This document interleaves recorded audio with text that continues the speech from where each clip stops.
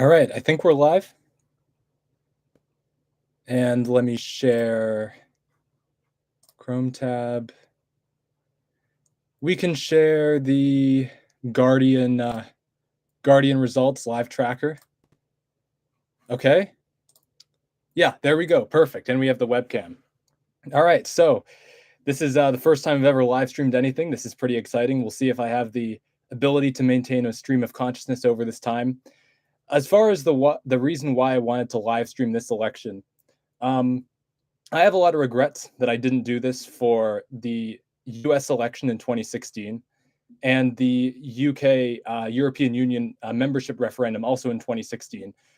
Those 2 days were historic days, and I was just so happy. I just remember the emotions, and every once in a while, I still like to replay the BBC footage from the UK referendum, and I like to replay the CNN footage, see them lose their minds for the election in 2016. And it just brings back fond memories. And so I'm expecting to have some pretty fond memories of this election too. I think the destruction of the Conservative Party will be a great thing for Britain. Um, and I want to be able to look back on this day. It's certainly a historic election for Britain, but I want to be able to look back on this day and be able to return back to the emotions that I experienced. So that's really what the purpose of the live stream is. It's really more for me. But it is a public live stream. We'll see if it gets much attention. We'll see if it grows. If it does, that's cool. If it doesn't, that'll actually be a bit less pressure on me. But it would be cool to interact with anyone who views, anyone in chat. So no results in, and as a matter of fact, people are still voting at this time. So Britain is 5 hours ahead of us in the Eastern time zone. Britain, it is it's about 9 p.m. and polls close at 10 p.m. across the country. And so they're still going to vote for another hour or so. And at 10 p.m. Greenwich Mean Time, so 5 p.m. our time, Eastern time, we will get the exit poll, which will give us a rough estimate of how many seats each party has won. Now, we'll see if this exit poll is going to be as accurate as it was in the past. It's been pretty accurate for the last few election cycles. It's had some misses here and there, but if it is off, it's not wildly off. Who knows? Maybe this election will be different. But in about an hour, we'll get that exit poll, and that'll be the single most powerful predictor, better than any of the polls that we have right now, the opinion polls, in terms of what the actual results are going to be. So the schedule for what I'm going to do is for the first half hour to about 4:30 p.m. We'll see what the time ends up being, but I'll be talking generally about the election, about my thoughts, my perspective as an American observer. I'll be going party by party. At 4:30 p.m., I'll start to go over some individual constituencies that we have to look out for. Is the former Prime Minister Liz Truss going to lose her seat? You know, we have another former Conservative Party leader in London who could lose his seat in Chingford and Woodford Green. We have the Green Party potentially gaining some seats across the country. We have Nigel Farage and his Reform Party potentially gaining some seats. So I'll be going through some seats that we can look out for. But anyway, we can get started here. So I think the stream locks on this tab, and I can switch to a Word document that I have as an outline. So, of course, the way Britain's electoral system works, we have 650 constituencies. Person with the most votes wins. It's a very primitive election system. A lot of people have been calling for proportional representation. We'll see if that ends up happening after this election. But the result of Britain's electoral system, where whoever has the most votes wins, encourages people to vote tactically. So, for example, let's say that I'm some left-wing voter, right? I have relatively left-wing ideas, and my personal favorite party is the Greens, but I don't think that the Greens have a chance of winning in my constituency, but Labor does, right? I'm going to vote for Labor so that I have the best chance of beating the Conservatives in that constituency. And my friend Jeevan says, for every 5 seats over 50 that the Tories win, you have to eat a slice of white bread. Deal. So I'll go through my prediction in a little bit. I think the Tories will do okay. I think they'll get around 100 seats, but the idea that the Tories could just fall to 50 seats is like beautiful. We'll see if it ends up happening. The thing is, Jeevan, there's a very wide range of predictions here. Not so much in terms of the percentage vote share. The percentage vote share for the Tories is very consistent across the predictions at about 20%. But because they're in that very sensitive area where small changes in the vote share can lead to massive changes in seats, um, it's possible that if the Tories underperform the polls by just a few points, they'll get 50 seats instead of 100. And so that's sort of the worst case scenario for the Tories. It's funny online, people in the YouTube comments and all these various news, like, BBC, Sky News, their election videos. You can find plenty of people who say they're going to vote for Labor, plenty of people who are voting for reform, people who are voting for even the Lib Dems and the Greens. But it is very, very difficult to find people who are actually going to vote for the Tories. Now, presumably, the Tories who are sticking with their party are the people who are just less politically engaged and don't really browse YouTube all that much. But it's funny. On the one hand, it's hard for me to believe that the Tories will collapse to the extent that has been predicted. On the other hand, it's hard for me to believe that that many people will vote for the Tories. So, and I think this is a good place to start. So, even though I'm young, this Tory campaign has been the worst political campaign of any party in any Western country that I certainly within my lifetime, but it's it's hard to even think of something, say in American history, a more incompetent, a more inept campaign. Um, it's amazing how the Tories have managed to trip over one coffee table after another and just shoot themselves in the foot over and over again. And even when you think, surely they're out of bullets in the chamber, there's no conceivable way that they could shoot themselves in the foot again. They somehow do it. And so, what most people were predicting, because Labor currently has a 20-point lead in the polls, it was expected by most of the political commentators and prognosticators that that lead would decrease as we got closer to election day, because that's what usually happens, whether in Britain or in elections around the world. People become more engaged. People revert back to partisan boundaries and memberships. And the Tories would probably still lose, but things would close considerably and we would avoid a wipeout. And then what happens, right? Rishi Sunak suddenly calls the election. I guess the first thing that happened, right, is you had Partygate with Boris Johnson. Then Liz Truss destroys the economy, which brought the Labour lead to 20. And then Rishi Sunak suddenly calls the election, presumably because he was concerned about Reform UK's performance and wanted to deny reform and wanted to deny Nigel Farage the chance to mount a proper campaign and vet candidates appropriately, right? Um, but Rishi Sunak launches his campaign announcement, surprise announcement. It's in the rain. He gets absolutely drenched, doesn't have his umbrella. um, that wasn't a great look. I don't think that really hurt the Tories that much, but it was Rishi Sunak leaving the D-Day commemorations early and leaving David Cameron in his place to meet with the foreign leaders, with Biden and Macron. That was a pretty bad look, and I think Trudeau was also there. So Sunak leaving the commemorations early so that he could do an interview on one of Britain's news channels, that hurt him considerably.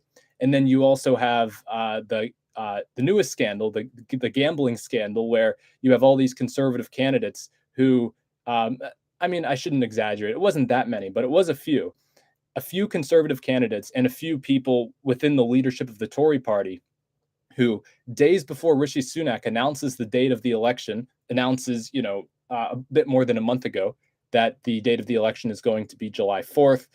A few days before that announcement, you had a very high volume of betting on the election date.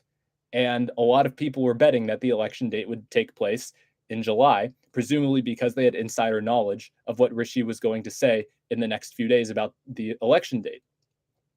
And that's illegal under British law. You're not allowed to use information that is outside of the public domain in order to influence your gambling decisions.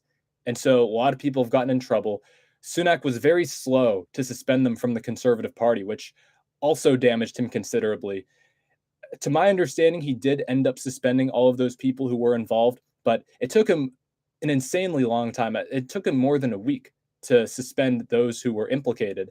And he was basically hiding behind the gambling commission saying they have to finish their investigation, blah, blah, blah. Even though, sure, the investigation can reveal the details, but it was grossly apparent that that these people had gambled and they had used insider knowledge. And frankly, even if they hadn't used insider knowledge, I don't think that if you're running for office or if you're a member of one of the major parties, that you should be allowed to gamble on the election. In the same way in sports, right?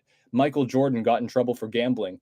Now, if you ask Michael Jordan about it today, he would say he always gambled on himself. Jordan always gambled on the Bulls to win in whatever game, right? He would always pick the over. Which is very different from gambling on yourself to lose and then deliberately losing the game. But regardless, Michael Jordan still got in trouble for that and was suspended from the NBA for a couple of years. In this scenario, we actually have candidates who are gambling on a very integral part of the election and deliberately trying to make money.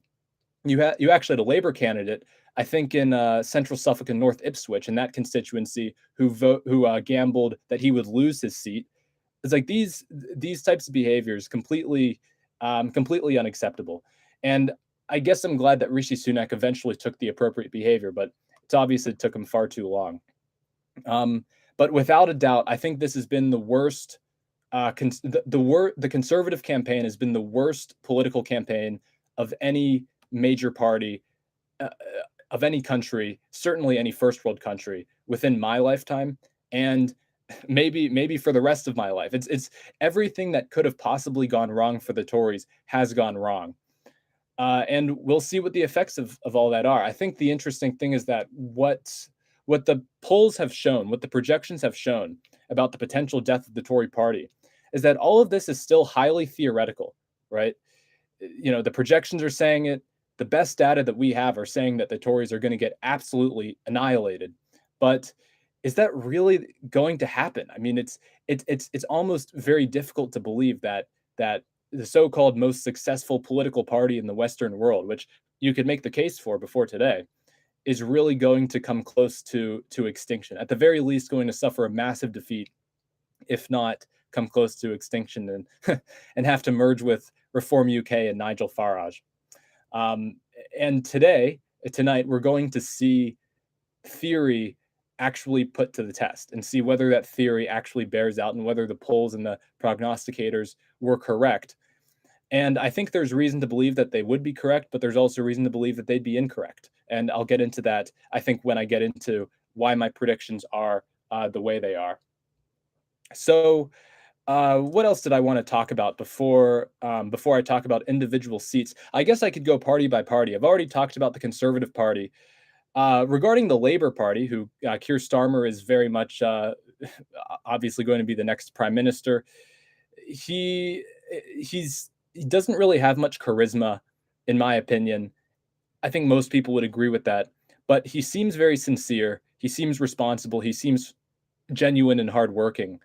And for all the talk in Britain about how Keir Starmer doesn't have the personality that's required to be prime minister, that's what a lot of the again, a lot of what the political pundits say. But I think they underestimate the effect that being boring actually has on your ability to win elections. I mean, here in the United States, you have boring gubernatorial candidates, like, for example, Tony Evers in Wisconsin. He mentioned in his speech that he's a boring guy, but in Wisconsin, boring wins, right? But he won. The important thing is that he won because he appeared to be more responsible than his Republican opponent. And I think that's what's ultimately happened, is that the conservatives, long hailed as these are the guys you want in charge of your economy, these are the responsible people in the room who won't go crazy on spending and all of that. That they don't have that anymore. And if you look at opinion polling, not only is the Conservative Party much less popular than the Labour Party, but in terms of the way that people actually view the Conservative Party, they're actually viewed as more corrupt and they're viewed as less competent than the Labour Party, which is a loss of the advantage that they have always historically held. So I think the effect of Keir Starmer being kind of boring won't really damage him that much. I mean, frankly, UK politics has been a bit too interesting with all the scandals going on, and maybe the British people are looking for a more boring candidate. Labour has had a very cautious campaign. They know that the Conservatives have completely self-immolated and self-destructed. That Labour basically could just sit on their hands and not do anything too ambitious, just be very relaxed in the way that they approached this election, and that the victory would basically be handed to them. And well, I think that's definitely the strategy that I would have used. And by all metrics, we'll see what the exit poll says, but by all metrics, um, they're going to win massively, and the strategy will have paid off. But yeah, we'll see.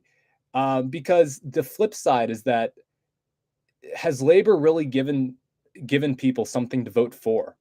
The Conservative Party have given people something to vote against.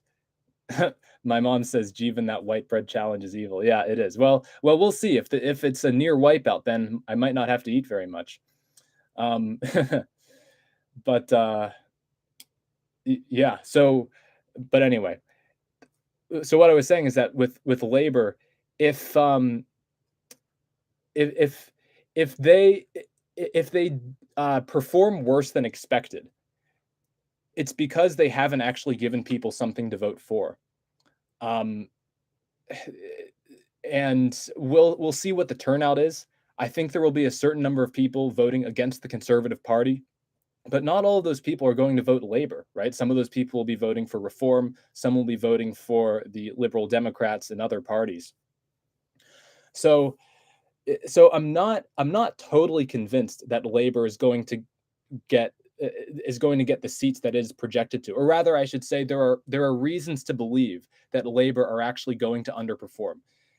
It's been said by some of these political pundits for a while who are following the potential turnout that turnout could be low, and the fear is that if the turnout is low, then most of the people who end up voting are going to be the really old people who vote by post, or the people who are 65 who they vote in every election now because they're retired and they have nothing better to do. And those people are going to proportionally vote for the Conservative Party. So Labour is going to benefit if turnout is greater.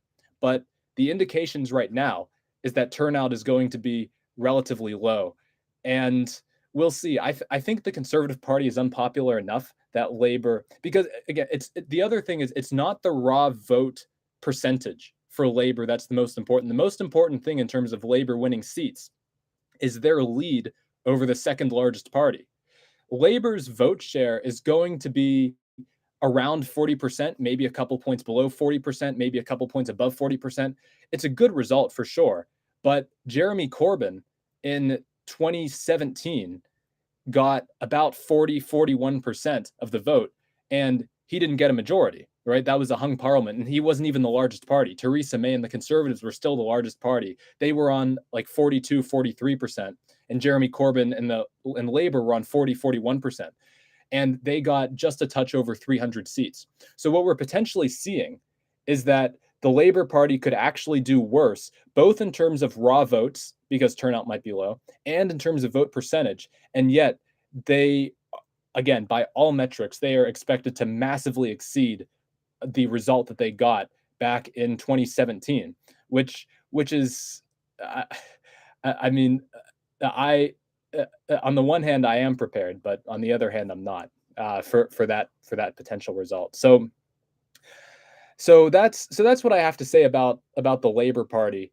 The main reason why Labour is going to win a lot of seats is that they're up 20 percentage points against the Conservatives. Keir Starmer his popularity ratings are just barely above water. Maybe he has a 5%.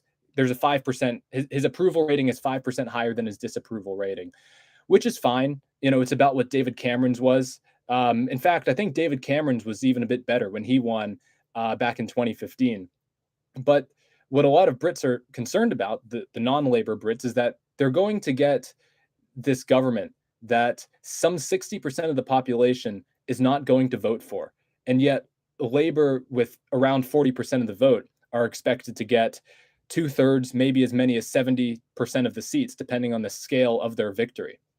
And this raises a lot of questions about the voting system itself.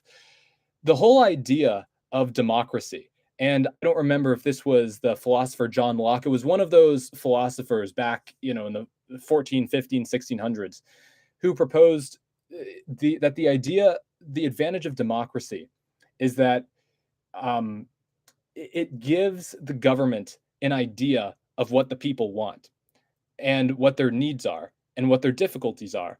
And that knowledge is more readily available to a government that is democratic than a government that is a monarchy. It was observed that monarchs could very easily become isolated from their own people and get to the point where they just become completely out of touch to what's going on in their own country and start advocating for unpopular proposals, right?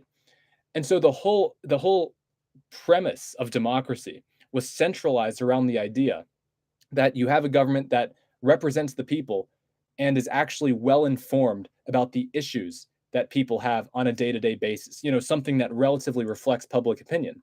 But we could be potentially heading for the least proportional, the least representative government in the UK for its history, in terms of Labour getting 40% of the votes and 70% of the seats. You have the Conservative Party, who are going to get around 20% of the votes, and maybe they'll be close, maybe 15% of the seats. The Lib Dems will be about spot on. You'll have the Reform Party and the Green Party, by the way. At least, I think 1 in 5 Brits are going to vote for either Reform or the Green Party. And my prediction is that Reform will get 3 seats and the Greens will get 3 seats. So you're talking about 6 seats from like a total of 6 to 7 million votes, giving you about 6 seats. It's like that's not good. That's not a representative government. And the concern that a lot of people are saying already, even before we have a single result declared, is that this Labour government has gotten in. It will have gotten in with a huge majority, and it won't really have earned that majority, because the great majority of people, even some people who are voting Labour, by the way, won't really be voting Labour as their primary intent. They'll be voting against the Conservatives, and Labour will be able to walk in without much difficulty and get to do whatever they want. And they're going to have to be careful that they don't do things that become unpopular. That they're going to have to toe, I think, the Blairist line very, very closely. I think the best strategy for Labour after this election is to stay close to the center. You would try to fend off some of the left wing competition. But if you stay close to the center, you'll be able to retain most of the Labour voters, a lot of the Lib Dems, and a lot of the Conservatives, especially if your government can prove its competence. And then your opposition will be sort of the far left and like the right wing. So that's Labour's strategy. That's what Labour's strategy should be after this election. I think it was Rory Stewart or Alistair Campbell, 2 former MPs. I was listening to a podcast of them a couple days ago, and they mentioned that actually, if Labour gets a huge majority, that won't make them further left. It'll actually make them further towards the center, because you'll have a lot of Labour candidates who are elected in relatively blue areas who are going to be moderate and who are going to pressure the Labour Party, don't move so far to the left because we're going to lose our seats in the next election, right? So if Labour's at 450 seats, for example, the centrist bloc within Labour is going to be very strong. On the flip side, you could imagine that if Labour's at, say, 340 seats with 326 needed for a majority, then Labour can be easily held hostage to the left wing within its party. So actually, I would make the argument that having a very large Labour majority helps it stay in the center. So my mom asks, the right is rising in Europe. Doesn't this bode well for reform? Labour is also establishment. Well, the right is rising in certain countries. It obviously had a great result in France and in Germany and in the Netherlands. But and in Italy too. It's still somewhat spotty though. It's not really rising in Scandinavia. In Spain, it's kind of remained stagnant. In Eastern Europe, I would probably make the case that the right has receded a bit. In UK politics, I'm not convinced as to how closely connected they are to continental European politics. I think France and Germany are definitely connected, but the UK, especially now that they're apart from the EU, and I mean the UK, a lot of Brits will say they're not even in Europe, that the UK is not a European country. It's separate. It's Britain. I think a lot of the trends that happen in Europe and in the European Union won't necessarily be applicable to Britain. And the right wing in Britain doesn't seem to be as strong as it is in France. I mean, the National Front got what, like 30, 33, 34% of the vote in the first round of the elections. And I mean, that is far better than any, like, significantly right than any party further to the right of the Conservatives has gotten in Britain, that I know of. I mean, I think Nigel Farage would be happy to get 16, 17% support. That would be a good result for him. And overall, I think the potential pool of right wing voters is actually smaller in Britain than it is in a place like France, and even compared to a place like Germany. Britain has a lot of centrists. I mean, overwhelmingly, Britain has centrists, and that's very different to France. I mean, France is like, you're going to have basically a choice between the far right and sort of the far left in the second round of that election. In the UK, or sorry, in the US, you have the Republicans and Democrats who are very far apart from each other ideologically. But the interesting thing is, and this leads me to one of my next points, is that in Britain, the three major parties, traditionally the three largest parties, Conservatives, Labour, and the Lib Dems, have actually become closer together in terms of ideology. The Conservatives have moved towards the center, right? Certainly, they're not as right wing under Rishi Sunak as they were under Boris Johnson or Liz Truss. So the Conservatives have, at the very least, in terms of how they've chosen to portray themselves, they're closer to the center than they used to be. Labour under Keir Starmer is also closer to the center, right? They chucked out Jeremy Corbyn, and now they're closer to the center. The Lib Dems are the definition of a centrist party, even though on some issues I think they're more left wing than Labour. And the effect is that you have these three parties who are very congested at the center of British politics. And there isn't really that big of a difference in the ideology of these three parties, in the manifestos of these three parties. They're all in favor of increased immigration. They're all in favor of, throwing more and more money at the bottomless well of the NHS. The interesting thing is Labour, which is historically in favor of higher taxes and higher spending, is very sanguine this time around about raising taxes. They say they really don't want to raise taxes very much, if at all, and they probably don't want to raise spending. Well, they say they don't want to raise spending that much, if at all, either. So the Labour Party and the Conservative Party, if you had no background as to the history of those parties, and if you had no background as to how the Conservatives governed over the last 5 years, how you would have a difficult choice choosing between the Conservatives and Labour. And this is one of the problems. In the US, people always say it's so terrible that the GOP and the Dems can't agree on anything, right? That they are so far apart and they can't get anything done. And for a centrist voter in the US, how do you make the choice between the GOP and the Dems, because they're so far apart and your ideology is in the middle if you're a centrist? The flip side to that is that there's a serious advantage to what we have in the US, which is that everyone who participates in the election has been given a clear choice in the US. Whereas in Britain, I would argue that choice is not so clear. And the effect of having a clear choice, there is a benefit to that, right? Because if there's no clear choice between the parties, so we'll take this example to the extreme, right? Let's say the Conservative, Labour, and the Lib Dems have no difference in their manifestos and have no difference in ideology. How the heck do people vote? They'll vote based on superficial things like personality, right? They'll vote for things other than actual policy. And in the case of the GOP and the Democrats, I think we all have to admit that people are voting at least partially based on policy, whereas in Britain, people are voting the Conservatives out and they're voting Labor in, not so much because of policy, but for other factors, because the Conservatives appear corrupt and incompetent, and because they've done a bad job. So that's the interesting thing, is that the only parties that I can tell who are actually advocating for something different, the parties who have a clear plan and a clear vision as to what they want for Britain. There's two parties. There's Reform UK and there's the Green Party, right? And regardless of whether you're a left winger or a right winger, I think we have to admit that the Green Party has a vision and Reform UK has a vision that is very distinct from what all of the other parties are offering. And I think there's an advantage to that. So it's 4:30 now. I said I would start talking about some individual constituencies. I could have talked about. Oh, I didn't go through my predictions. So I'll go through my predictions now. And if I have more time before the exit poll comes out, then I can talk a bit more generally about the election.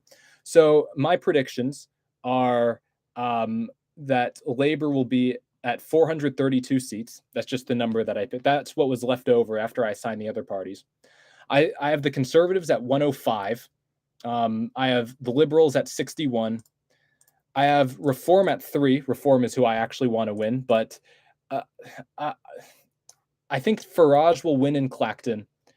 I think Richard Tice in Boston and Skegness, Farage's right-hand man, is more likely to win than not. But Farage, I think 1 is probably the floor for Reform. And then maybe Farage and Tice get another friend. But I have Reform at 3 seats. I have the Greens at 3 seats. I think the odds are that they'll pick up Bristol Central and one of their other target seats. I have the SNP getting their seats cut almost in half, down to 24. Plaid Cymru, the Party of Wales, at 3.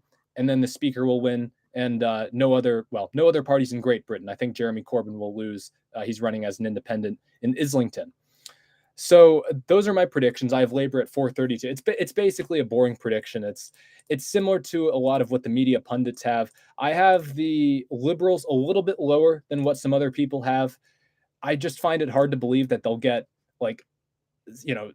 almost 70 seats on only 11% of the vote. It's just very hard for me to believe, even if their support is very concentrated. I have Reform at 3. I just think it'll be hard for them to break through in all of these seats. I think Labour will be very strong, and I think Farage will get in, but he's the only one that realistically we can say is almost certain to get in. I think every seat aside from Clacton, Reform will have to fight tooth and nail to get their guy in.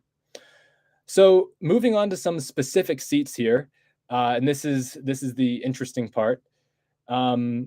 Voting then to change the curtain and rug color, but not prepared to reorganize the living room. They get what they deserve. No real change and different chaos. Yeah. So, but here's the other thing, is that even though I'm obviously a conservative ideologically, and I'm right wing, if Reform wasn't on the ballot, let's say, I would vote for Labour over the Conservatives for a few reasons. First of all, Labour has actually moved more towards the center. I take Keir Starmer at his word that he is not going to massively increase spending or massively increase taxes. That's what he's campaigned on, and it makes sense because he's getting in on the centrist coalition, right? But the other thing is, even if you have a party that you don't totally agree with ideologically, but they're not that far off, I think there is a benefit to just changing up who's in government, right? The Conservatives have been in government for 14 years, and they've made a mess of it. It's like, whatever. Ideology, maybe I agree with the Tories' manifesto a bit more than I'd agree with Labour's manifesto. But, Labour deserves a chance. Tony Blair wasn't bad. They deserve a chance to see if their policies work. If I was in a constituency, let's say, where Reform UK wasn't on the ballot, I would happily vote for Labour over the Conservative Party, because the Conservative Party has promised everything and delivered nothing. And Britain is the sick man of Europe. Okay, so getting into some specific seats here. Yeah, I think... No, I should change... Okay, so I'm going to share a different screen here. I'm going to share... Is it this one? Let's see. This one? Yeah, perfect. So this is a projection map. This is from a magazine called The New Statesman, Ben Walker. And I trust him probably more than the other prognosticators. And this is the prediction map that he has. So I'll be going through some specific seats that we have to look out for, and I'll be going by region. Let me just take a drink of water first.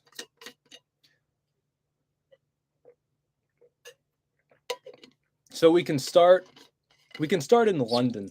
London is the region with by far the most interesting seats. And okay. Yeah, okay, good. Just making sure that we can see this okay. The first seat that we'll be keeping track of course, is it this one? Yeah, here we go. So this is Holborn and St. Pancras, and you can see the incumbent candidate here is Keir Starmer. This is Keir Starmer's seat. Believe it or not, he is from a very rich area. Well, he represents a very rich area in London, even though he comes across as very working class. And obviously, you can tell in the previous election, Labour at 64% of the vote. Keir Starmer is going to glide into his re-election in Holborn and St. Pancras.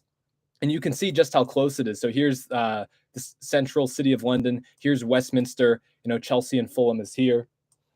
So he'll glide to re-election very interestingly. When he does, when the result is declared, he will make a speech. And it depends at what point in the night that result gets declared, and that will influence the tone of the speech. Is it outright celebratory and victorious, or is it a bit more modest? It depends, I think, on what he wants to do and on when it gets declared. But that is the seat of the man who is very likely to be the next prime minister, Holborn and St. Pancras in central London. And while we're on party leader seats, we can go to this one here. So this is Kingston and Surbiton. On the outer edge of London, incumbent candidate Ed Davey, leader of the Lib Dems. Again, he'll glide to re-election very easily, but just wanted to point that out.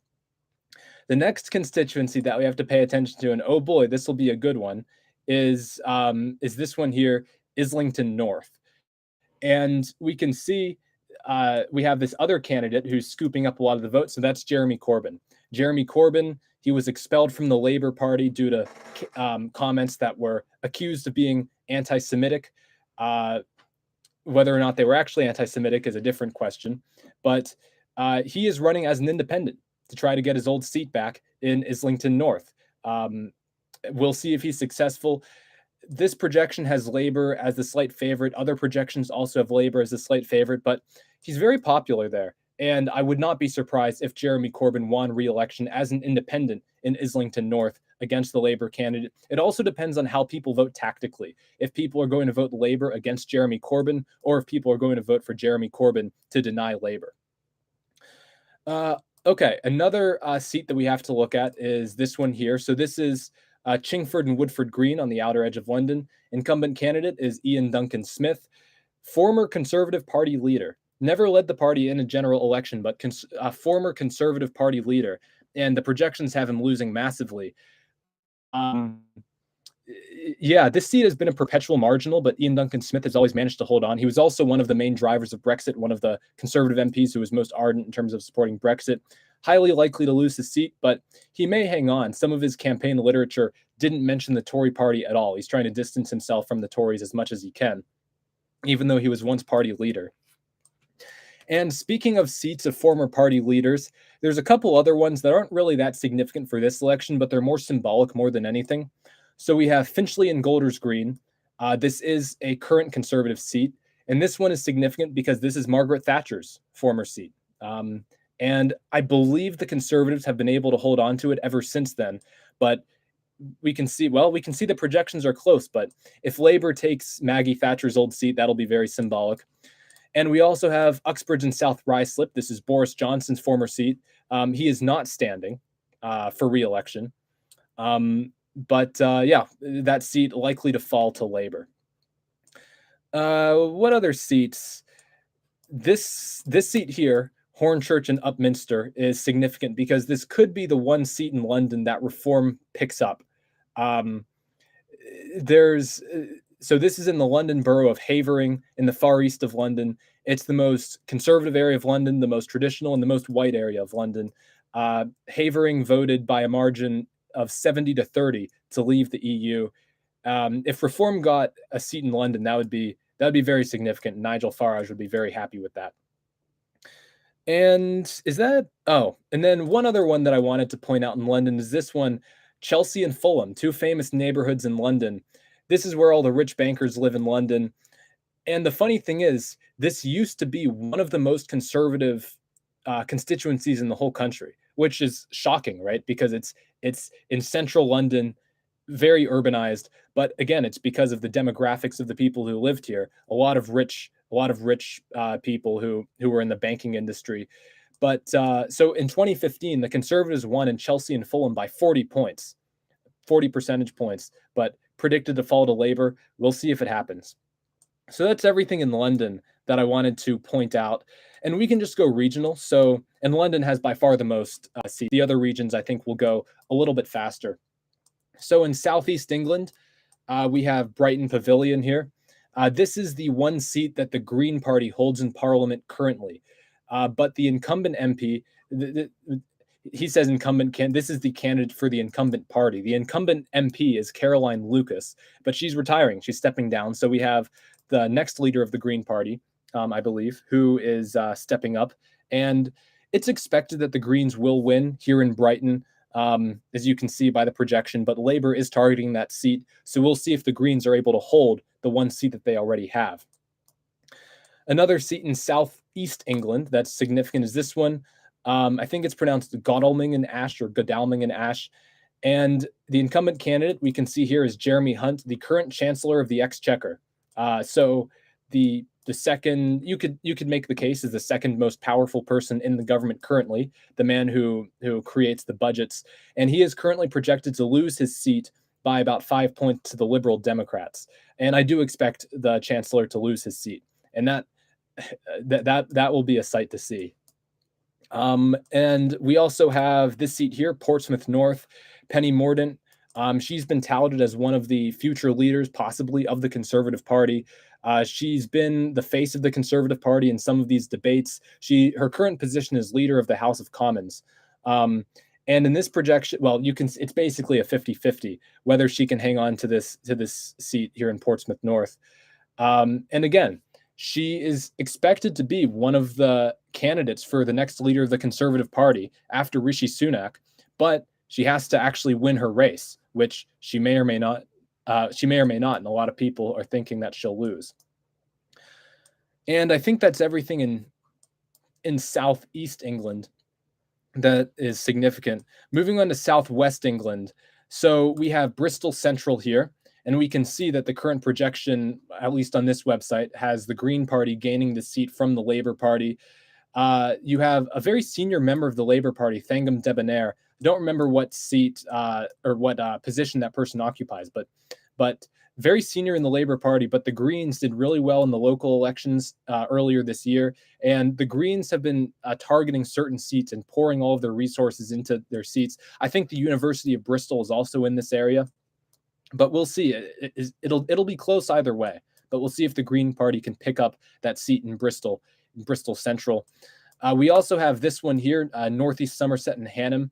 One of the more senior people in the Tory party, Jacob Rees-Mogg, also an ardent Brexiteer at the time. And he is in a very tight fight. He represents sort of the privileged, basically the stereotypical Tory, and he's absolutely loathed by a lot of people. His district was redrawn to include Hanham here, which is a neighborhood outside of Bristol. So his district actually became less conservative, and that will also complicate matters in terms of him being able to hold on to his seat. Going over to the east of England here.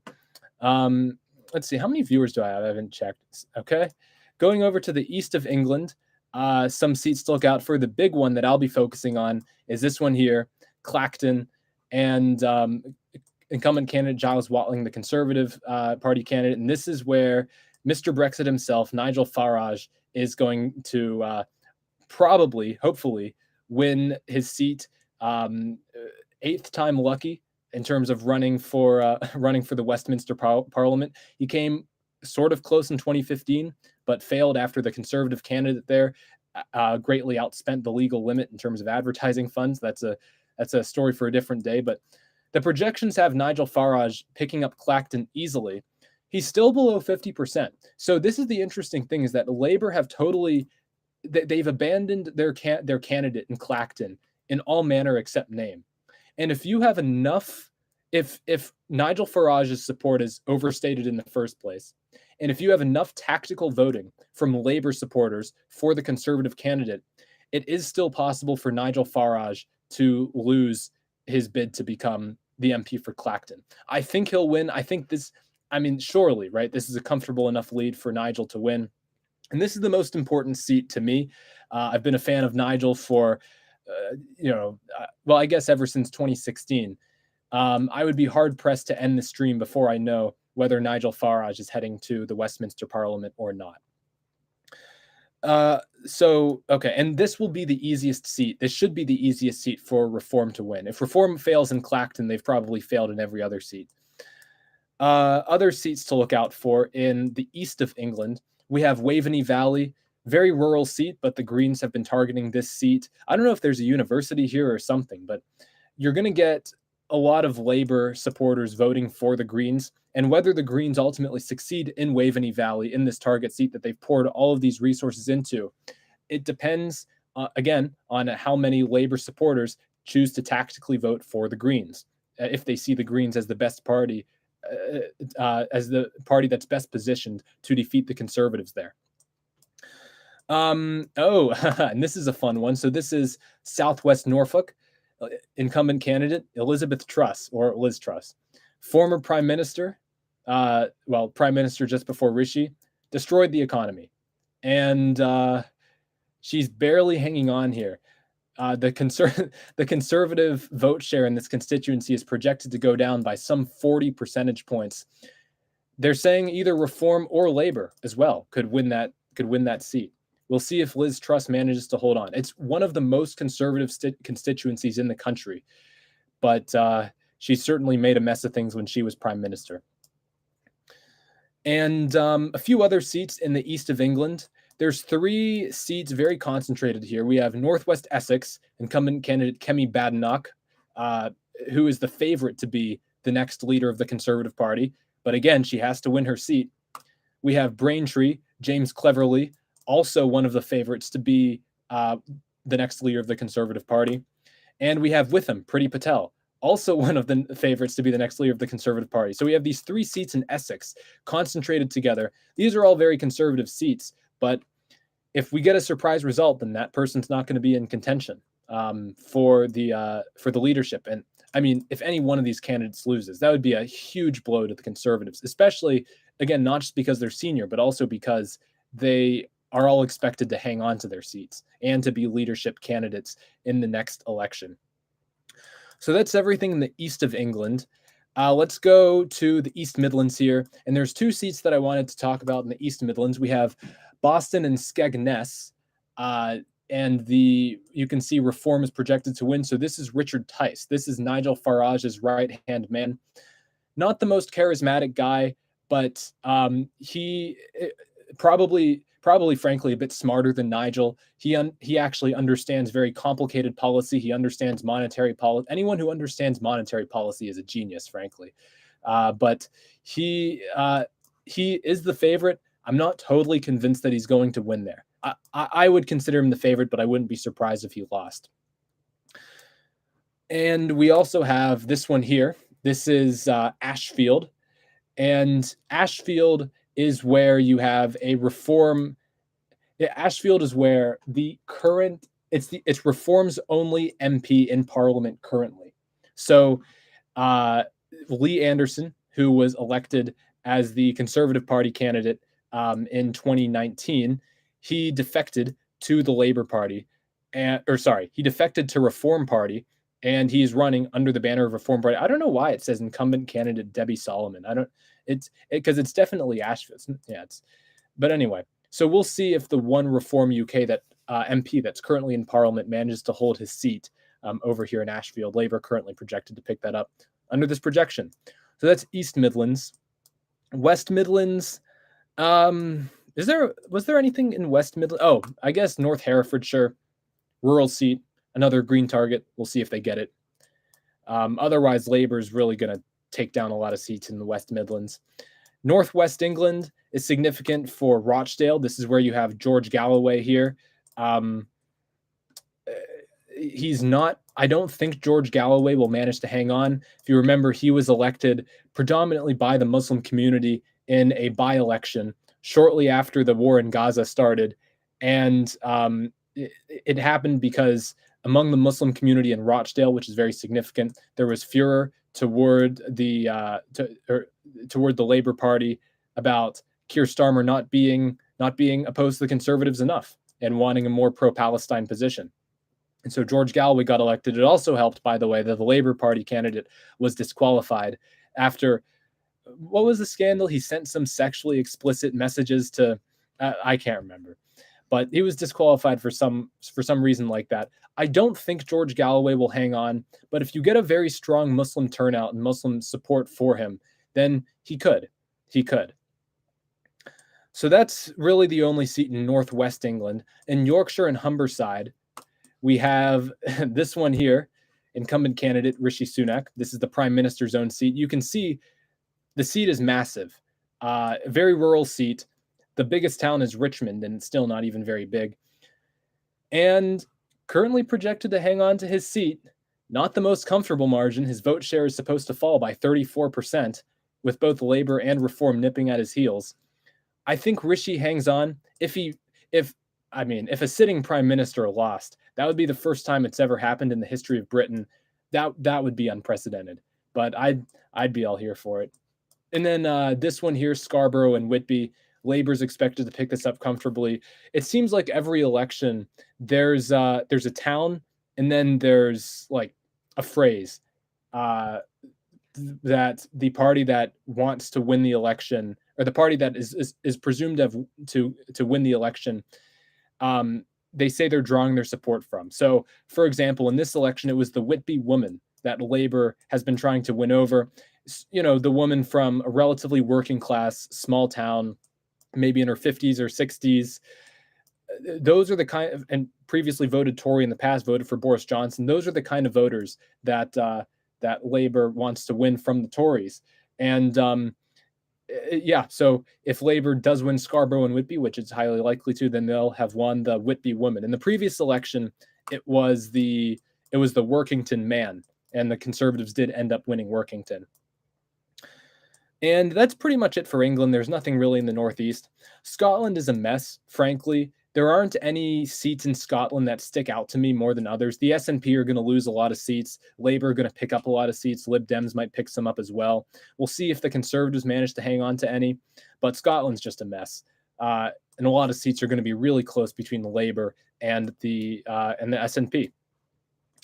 Wales is interesting because it's possible in Wales that we might get a complete Tory wipeout. These blue seats here are in England. They're not part of Wales.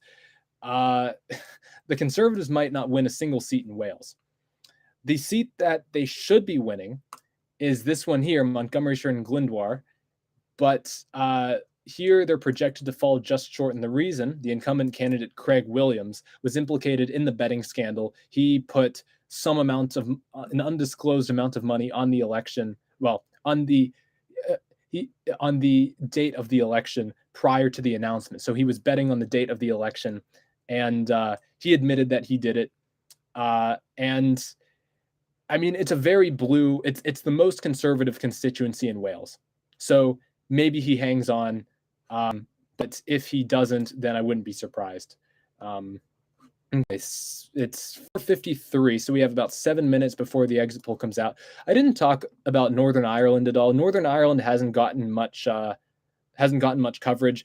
You know, it's the usual fight between the Unionists and the Nationalists. The Unionists will still probably be down to just one seat in Belfast.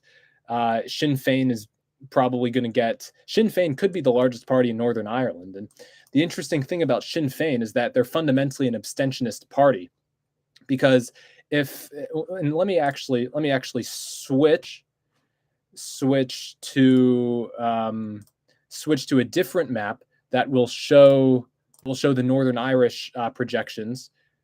Okay, yeah. So here are the projections that Electoral Calculus has for the major parties in Northern Ireland.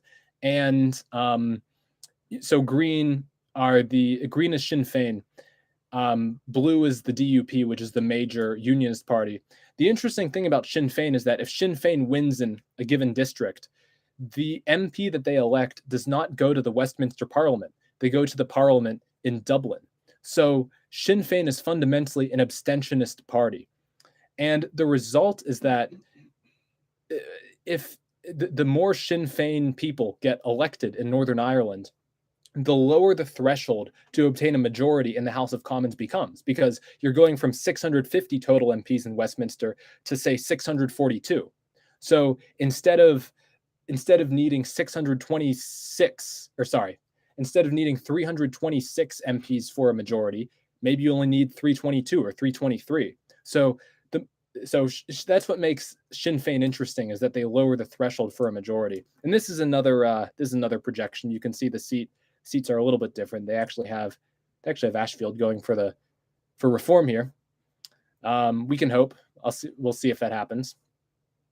So yeah, that's pretty much it as far as seats that we're looking out for. And let me see. The BBC, when I checked it they didn't have their interactive map available. They have it now. I would be shocked if they didn't have it. Let me look for this. Yeah, polling's about to close, right? I'm not getting this time wrong. How you can follow, because the time in Britain, yeah, 9:56. Yeah, so polling is about to close. Where is the interactive map? Maybe they still haven't opened it yet. Maybe they want to get the exit poll out of the way. All right, so I guess we'll have to go back to the Guardian. Yeah, I was just checking. I know you guys couldn't see that. So let's go back to the Guardian. I hate to give the Guardian my advertising dollars, but whatever. They're on top of things. The BBC is not.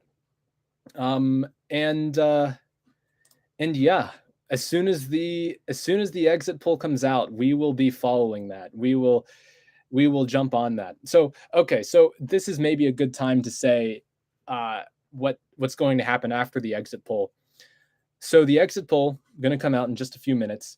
The first result, I've heard people say the first result won't be for another hour and a half.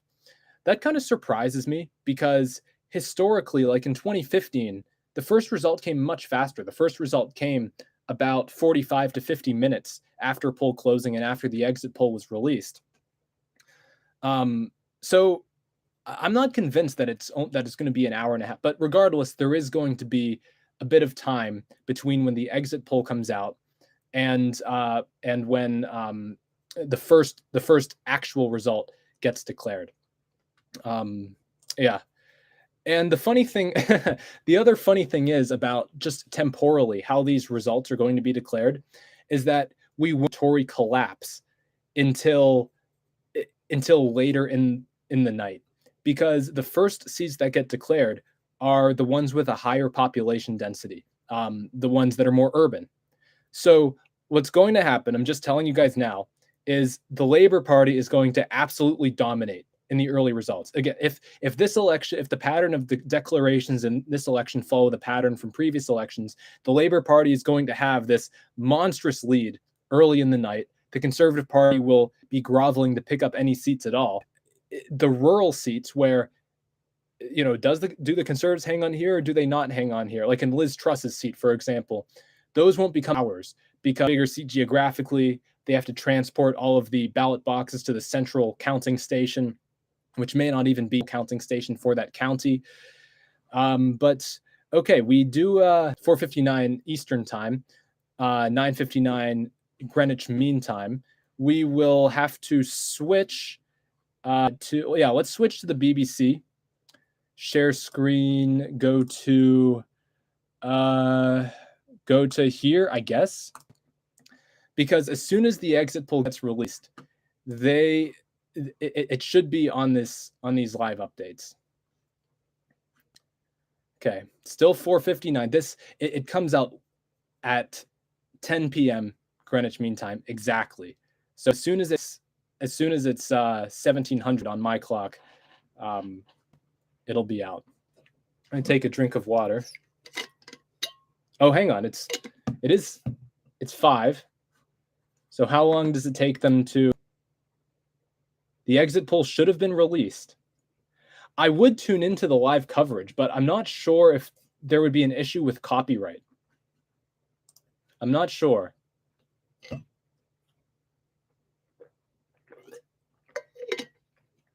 right, come on. When are they going to publish this exit poll? It should be right now.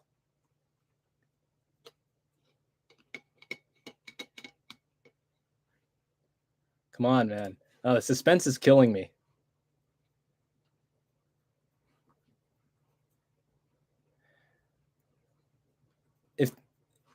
If it's not uploaded like now. Oh, okay. Yeah, yep, there it is. Labor set for general election. Ooh, okay. All right. So the conservatives survive. Reform on 13. SNP on 10. Oh my gosh. Hey, wait, Lib Dem 61. Wasn't that exactly what I predicted? That is exactly what I predict. It's not going to be 61 exactly. That would be tremendous if it was. Reform on 13. Wow. Okay, so Labor at 410, but the conservatives survive. Conservatives on 131. How about that? Reform on 13. So on those figures, right? No doubt Nigel Farage has gotten in. I mean, it would have to be the biggest exit polling error ever. Oh, that makes me happy. So 13. So Nigel's getting in. Richard Tice is getting in. So who else is getting in? Where else are Reform going to win? I think Nigel is very happy with that result. SNP down at 10 is a horrendous result for them. There were no projections that had them falling that far. Now, the thing with Scotland is you have a lot of close seats that are decided by just hundreds of votes. We'll see how accurate that ends up being. Plaid Cymru Party of Wales on 4. That's an increase of, I guess you could say, 2. So maybe they win Anglesey, I guess. Greens on 2. Bit of a disappointing result for them. They hang on to Brighton Pavilion. Maybe they win in one of their target seats, Bristol Central, Waveney Valley, or North Herefordshire. Now, the thing to understand about these figures, they're not going to be exact. But these figures are based on the sum of probabilities of seat wins. So they're saying that for Reform, an average result based on what the exit poll is saying is that Reform is going to get 13 seats. It could be more. Maybe it'll be more towards 20. Maybe it'll be more towards 5. But the point is they haven't actually gone into individual seats and projected individual seats. What they're saying is generally, just based on vote share and voting patterns, these are the results that are likely. Yeah, I mean, I think Farage would be thrilled with 13 seats. Keir Starmer, 410. That's less than a lot of the projections that had Labor at least above 420, some as high as 450, 460. But whatever. It's still a humongous majority for Labor.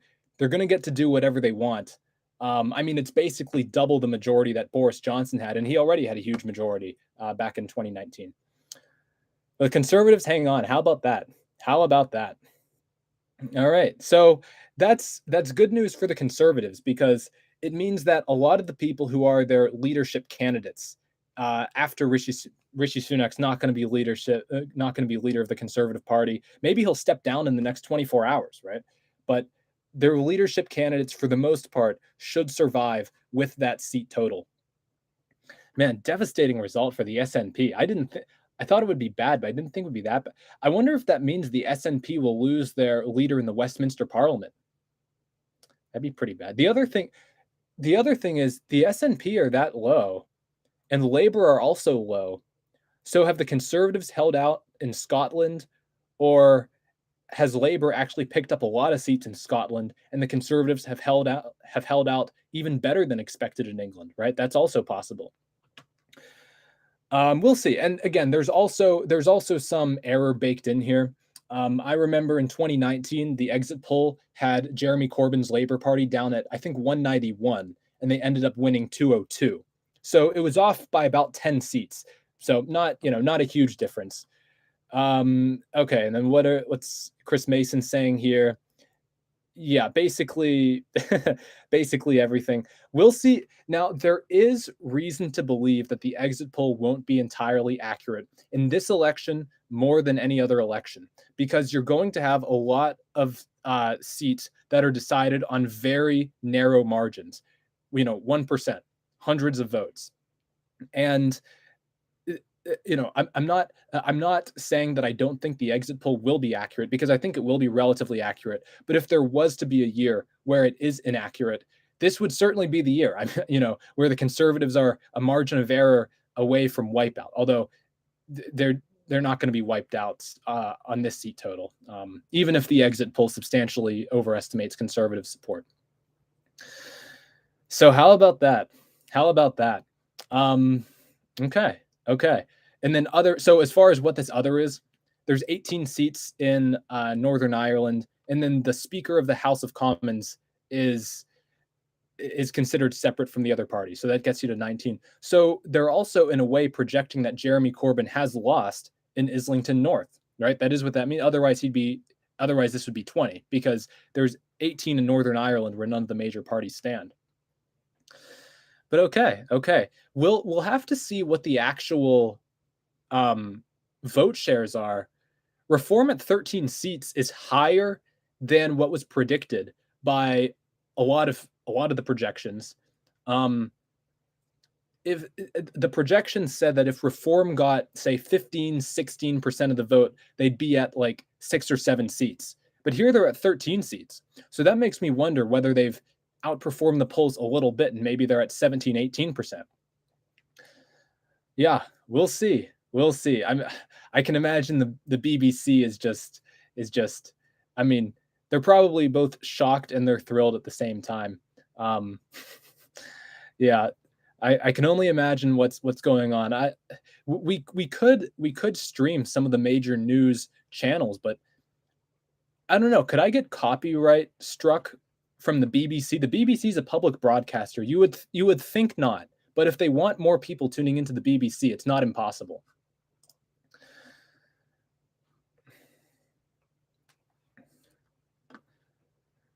So yeah, this is really something. And it is indeed a Labour margin, not quite as big as expected, but still a historical election either way. And my boy Nigel Farage, after 8 times of running to be an MP in the Westminster Parliament, he's finally got there. Just makes me so happy. So then the next question is, how large will his majority be, right? How large will his majority? And by the way, the other thing is the seat that Nigel Farage represents, Clacton. If you remember, that was the one seat that UKIP held back in 2015. You could make the case that at this point, Clacton is the single most impactful constituency in the entire country. Oh, what's this? There's another post. Labour landslide maybe just short of 9. How many seats did they have in 1997? How many seats? UK election 1997. The Conservatives are lower than 1997. Yeah. The Conservatives are lower. Let me share this screen. We will share the Wikipedia page, 1997. So this is the first election where Tony Blair was elected, and he won. Okay, so there it is, 418 seats. And we can see the Conservatives here were at 165. So the Conservatives are lower now than they were in 1997. So Labour will be about the same, maybe a little bit worse than 1997. So yeah, okay. So that provides some reference. But all right, and we can see the Lib Dems at that time were at 46, and they're expected to do a bit better. So yeah, 61. So yeah, well, I guess their support. I guess you really can win. You really can win about a tenth of the seats with a tenth of the vote in a first past the post voting system. I mean, that's extraordinary. It just goes to show how concentrated their support is and how they pour resources into certain seats. And, they make the case that, hey, in this, relatively more affluent, relatively more white seat, we're actually the party that's better positioned to unseat the Conservative Party compared to Labor. And in those seats, you actually have the Labor Party withdrawing, resources from those seats and just conceding them to the Lib Dems because Labor wants to see the Conservatives, die as much as anyone else, of course. You can share BBC with your comments and pausing it or layering other things on it. No fair use issues. Jeevan asks, what's the threshold for supermajority? So so the term supermajority is not a British term. It is an American term that has somehow made its way into this upcoming election. Supermajority, it means that you can pass laws at will, right? You don't have to compromise with the other side on anything. Maybe you can even amend the Constitution. But in Britain, there's no such thing as a supermajority. Everything, as far as I know, everything gets past the Commons by a simple majority. Now, you're still subject to defections, obviously, but the reason that you would want to have a greater majority is not so that you can get more things done directly. It's so that you're less at risk of defections from your party. So functionally, to be honest, this majority will be pretty similar to Boris Johnson's majority in 2019, where again 326 is technically what's required to have a majority, and he was at 365 at the end of that election. So he had a big majority of he was about 40 beyond what the winning post was, and the Labor is going to be, I mean they're basically at double that, but functionally their majority is high enough that they're not at risk for any defections. So I would say it's really functionally the same as Boris Johnson's majority. So there's really not such a thing as supermajority. It's the term supermajority has made its way into this election because the Conservative Party has been using it as a scare tactic, saying you have to vote for us or else Labor's going to get a supermajority, even though there's no such thing as a supermajority. It's a word that literally means nothing. I mean, they'll have a big majority, but in British law, there's no such thing as a supermajority. And that's another thing is that it was an interesting strategy that the Tories used, because even with a few weeks to go in the campaign, they made the case that we're not going to win this election, right? But you should still vote for us to prevent Labor from getting, again, a so-called supermajority. And it was pretty astonishing to see them admit that, saying, yep, we've lost. There's nothing we can do. Labor's going to win, but vote for us anyway so that Labor doesn't get a huge majority. And I was very skeptical as to whether that strategy would work, but it actually seems like it has worked. I mean, according to the exit polls, again, and let me share that. Stop sharing. Let me put the exit poll on again. Share screen. We're going to go, was it this one where I had the exit poll? Yeah, here we go. I mean, the Conservatives are actually very happy with the seat total. It's a massive loss for them, and they're going to lose many MPs, but this is higher than most of the projections. This was at basically the upper end of a lot of the projections for the Tories. So it just shows, I think it shows a couple things. First of all, Labor is below projections. I don't even want to say below expectations because they'll have a massive majority regardless, but Labor is below projections here. And the question was turnout really actually that low, right? Everyone just saying it's a done deal, right? Labor's going to win anyway. Why should I bother to turn out and vote? So maybe there was a bit of apathy among the Labor base. And among the Conservatives, again, you have those 65-year-old men voted Tory all their life, that, living in rural England. They vote in every election. They don't really pay that much attention to the news. Maybe they turned out in enough numbers. So we'll see. The other possibility is that the Reform Party has also hurt Labor possibly much more than was expected. And this is something that I'm surprised didn't get more attention, because back in 2015 with UKIP, it was very clear from the numbers on that election night that UKIP damaged Labor significantly. Maybe you could say it still damaged the Tories a little bit more. It depends on the seat you're looking at. But there was no doubt, if you looked at the numbers, UKIP damaged Labor significantly. And the talk in this election is that, oh yeah, reform's damaging the Tories. It's not really damaging Labor. Even though other people have made the case that actually the reform vote is very closely following the UKIP vote in 2015. Now, reform is going to be stronger. We know that almost for sure now. Reform projected at 13 seats. UKIP only got 1. UKIP got, I think, about 12.5% of the vote in 2015. In this election, I mean, on 13 seats, reform's certainly at 15, 16%. But in terms of the areas of where reform is strong, it tracks very closely to where UKIP was strong back in 2015. And yet, in all of the media, the talk was always, oh yeah, reform is killing the Tories. Reform hurts the Tories. And when you actually looked at opinion polls and you looked at the overall trends, it was clear that that reform was doing some damage to Labor. And maybe I'll pull that up next. We'll go opinion polling for the 2024 UK general election, and I'll share that screen. Oh, hang on.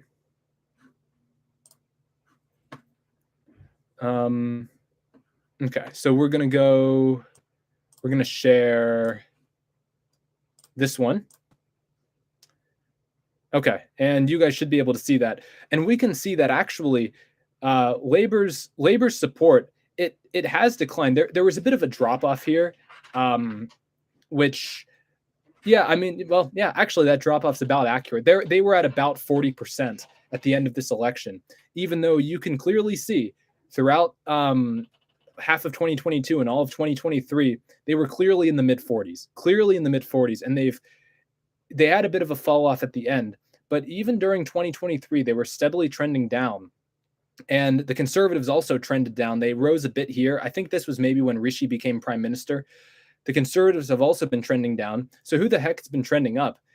The Lib Dems have been trending up, maybe very marginally. It's hard to say. But Reform, I mean, just look at that. Reform has trended up massively. And so it's clear just looking at the graph. Forget like the actual advanced analysis, right? It's actually clear that Reform, that Nigel Farage has damaged Labor. Now, has it damaged Labor or the Conservatives more? I would still say it's damaged the Tories more, but it's just something that I'm surprised hasn't gotten a bit more attention. My mom says, correct assessment about simple majority. Small majority means individual MPs can hold their party hostage with their demands. Normally, you vote party line or else your party punishes you. Yeah, that's right. That's right. So again, there is still value in having a big majority, even though you only need a simple majority to get things done. Commonwealth countries with UK parliamentary system understand voting as a team sport.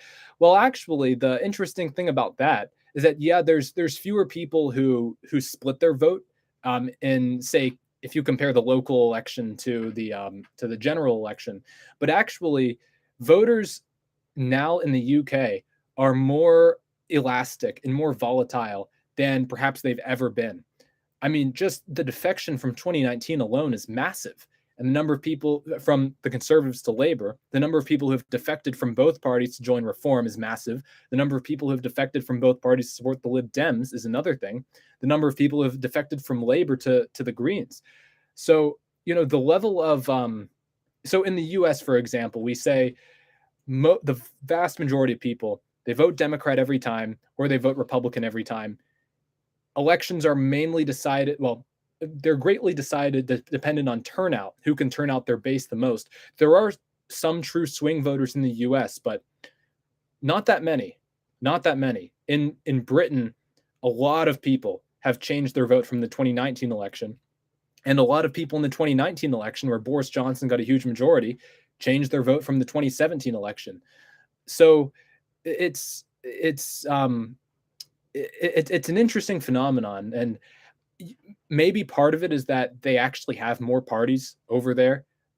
So I mean, you can imagine the odds that a staunch Republican would start voting for the Democrats or vice versa. It's not terribly likely, although it does happen here and there.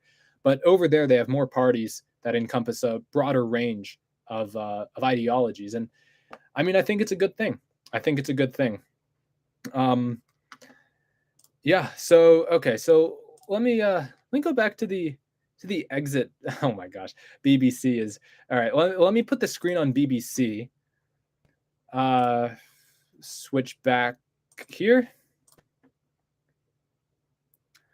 So okay. So let's see. Yeah. Okay. Yeah. This screen's being shared. Labor stand on threshold of spectacular victory. Labor landslide maybe just short. Yep. Starmer has done tremendous job. Yeah, I guess so. Again, I think it's really the conservatives just shot themselves in the foot over and over again, rather than Starmer. Starmer's been fine. You know, he did what he needed to do, right? He ultimately he needed to win the game, and he did win the game, and he followed more or less the optimal strategy, right? That I would have used. Be boring, don't be extreme, move towards the center, don't do anything too weird, come across as responsible. He's been very successful at doing that. If he had gotten a bit more ambitious, maybe Labor would have done worse. Deputy Labor leader asked about possibility of being deputy PM. Yeah, we'll see. Angela Rayner. All right. Streeting tears up at projected Labor result. Just watched Westering, the Shadow Health Secretary, as he saw the exit poll announced in our Westminster studio. His eyes welled up with tears as Rachel Burden said the words Labor landslide. He is part of a generation of Labor politicians who have only ever known defeat. All right. Yeah. All right. I mean, I get it. Reform may win more seats than expected. That's what we like to see. How many seats Reform will win is highly uncertain. The other thing about Reform that maybe makes me a little bit nervous is that the exit poll is not as accurate for parties that did not stand in the previous election. And Reform didn't really stand in the previous election. There was the Brexit Party, which is essentially the same party as Reform, but they did not stand in most of the country. They only stood in some very specific Labor areas in the north of the country in order to peel off votes from Labor to help the Tories win. And they got 2% of the vote nationally because, again, they only stood in like, what, 200 constituencies? But the point is, we don't really have a baseline that we can compare Reform to. And that actually makes the exit poll less accurate for Reform, because it's part of the exit poll is comparing performance in an area now compared to the way it was before. And this could be our best result for a generation. Yeah, I mean, that's true. That's true. All right. We don't have any updates yet. Let me take a drink of water. We don't have any updates yet on actual oh, what's this?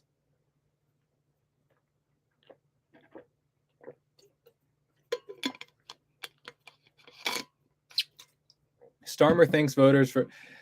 Yeah, I get. Well, again, is Starmer even going to get as many votes as Jeremy Corbyn did in 2019? Or sorry, 2017. He'll obviously surpass 2019. In 2017, will he get? How much did Corbyn get? Let me share that. Yeah, let me go back to the share screen. Go back to Wikipedia. How did Corbyn do? Jeremy, or no, let's do 2017 United Kingdom general election. He got 40 exactly. Now, that includes Northern Ireland, where Labour gets 0, where none of the major parties get any votes. So actually, if you look at the Great British percentage, it's probably more like 41%. Yeah, we'll see. It would be. I mean, and look, you could see. Oh, actually, he didn't get above 300. Oh, right, because you had the S&P. Okay, yeah. So 262 seats. Remember, 326 needed. 326 needed for a majority. And with 40% of the vote, he only got 262 seats. We might be having a Labour Party get less than 40% of the vote with over 400 seats. And again, it's because in the first past the post voting system, the most important metric, if you're the party who's polling best in the polls, right? The most important metric is not actually your raw percentage of the vote. The most important metric is how far ahead are you of the other parties? How far ahead are you of the other parties? And in this case, well, Theresa May, she was only 2% ahead of Labor, but that translated into not a majority because it was a hung parliament. The Conservatives themselves fell just short of a majority, but clear lead against Labor. So that's a pretty small margin in overall vote share, but it led to a pretty significant win over Labor. The other reason as to why Labor did so poorly in 2019 or both 2019 and 2017 is that, even here, Jeremy Corbyn, he did better than Ed Miliband, right? He got 32% of the vote. That's more than Ed Miliband got in 2015. What was I going to say? I just lost my train of thought. No, anyway, it'll come back to me. Oh, right. The other thing about Jeremy Corbyn is that he wasn't unpopular. He got plenty of votes. The problem was his votes were very poorly distributed.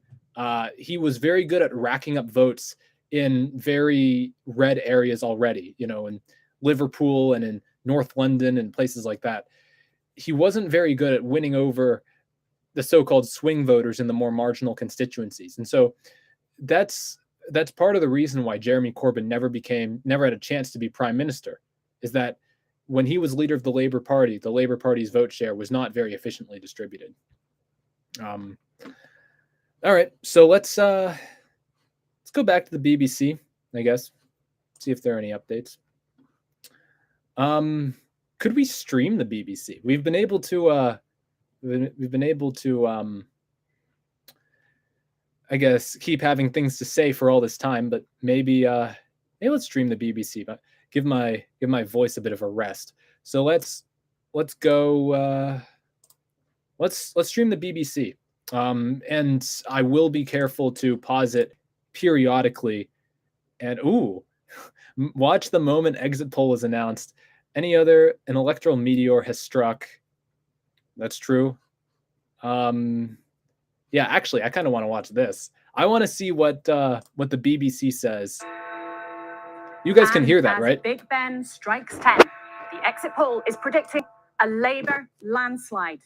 Sir Keir Starmer will become Prime Minister with a majority of around 170 seats. The exit poll predicts that Labour will have captured 410 seats, adding 200. You can tell Laura Koonsberg is happy here. This lady in pink. Lost 241 MPs, landing on. That's still so many seats to lose. The other My gosh. Liberal Democrats up 53 on 61 seats. Yeah, Reform on 13 seats. The SNP down 38 seats, according to this exit poll, on 10. Plaid Cymru are on 4, they're up 2, and the Greens are up 1. Disappointing result for the Greens too. I guess at least they may have gotten one more. That Sir Keir Starmer is taking Labour back to power.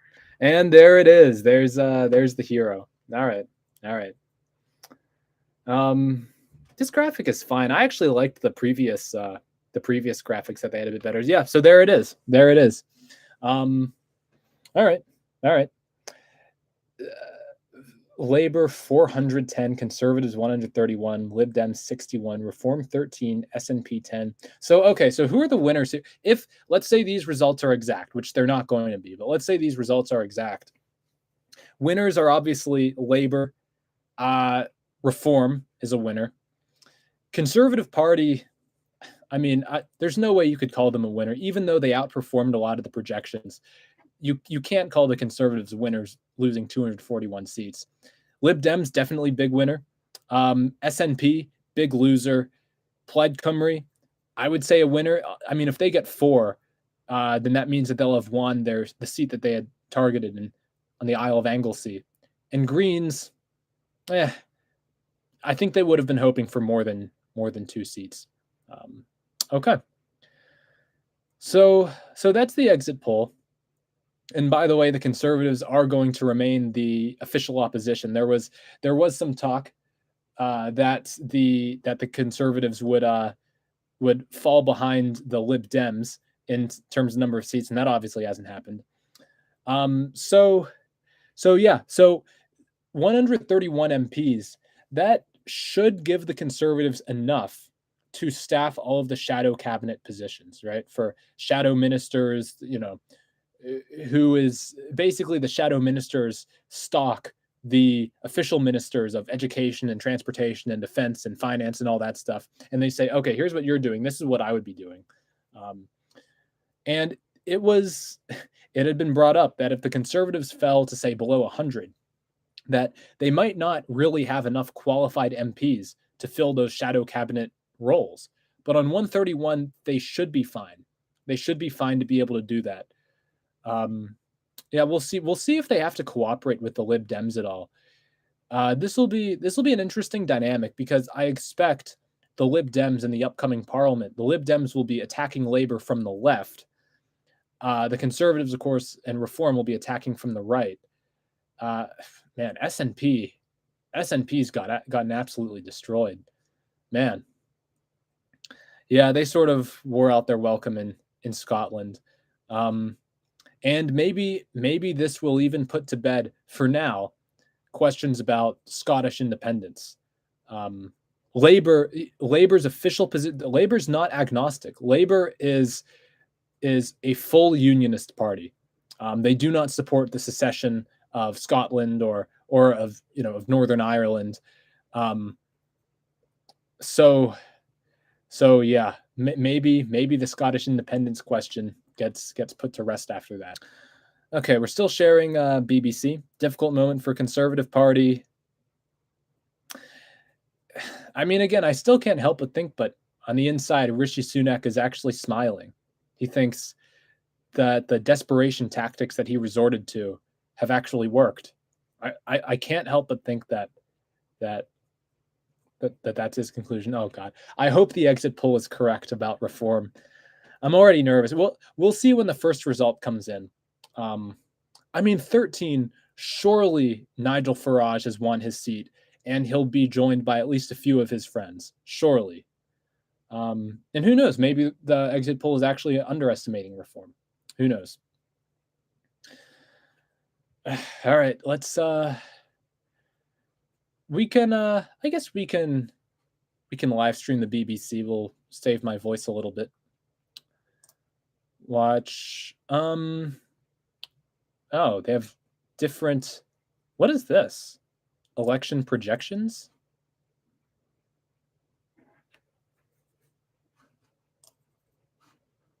Chessington, I thought briefly you're going to be in the world of adventures with Sir Ed going down a slide or a bungee or something like that. It was a slightly curious stat, right. Professor. You guys can see that, right? That claim that the Liberal Democrats have done better than they have since 19. Yeah, I didn't really understand. I tell you what it is. I think what it was is it's more gay games than they've ever had before. It's not more seats. Not more seats. I mean, they did better marginally in 2005. I mean, it's effectively as good as they've ever done. They're basically just drilling down on the numbers. Again, it's interesting. They have a separate channel for the election projections. Let's go back. Oh, wait. Let's go. Well, hang on. This is outdated. They're not voting anymore. Okay, there we go. Oh, look at this. This is a nice interface, isn't it? And okay, no results yet, obviously. And that's just restating the results. All right. Yeah, we can tune into. Oh, yeah, maybe. Steve Baker accepts Tory defeat, but insists he could retain his seat. Yeah, this one was pretty funny. So does it say? No, it doesn't say anything. So this guy, Steve Baker, he's a Conservative MP in the outgoing parliament, and he went on vacation during his re-election campaign. And the reason was he wasn't expecting the election to be called for July 4th. So he had a vacation planned for June. He had it planned months in advance. He was going on it with his wife and I think his kids and some family friends as well. I think he went to Greece, and he refused to cancel his vacation. He said, I've made a promise to my wife and these friends.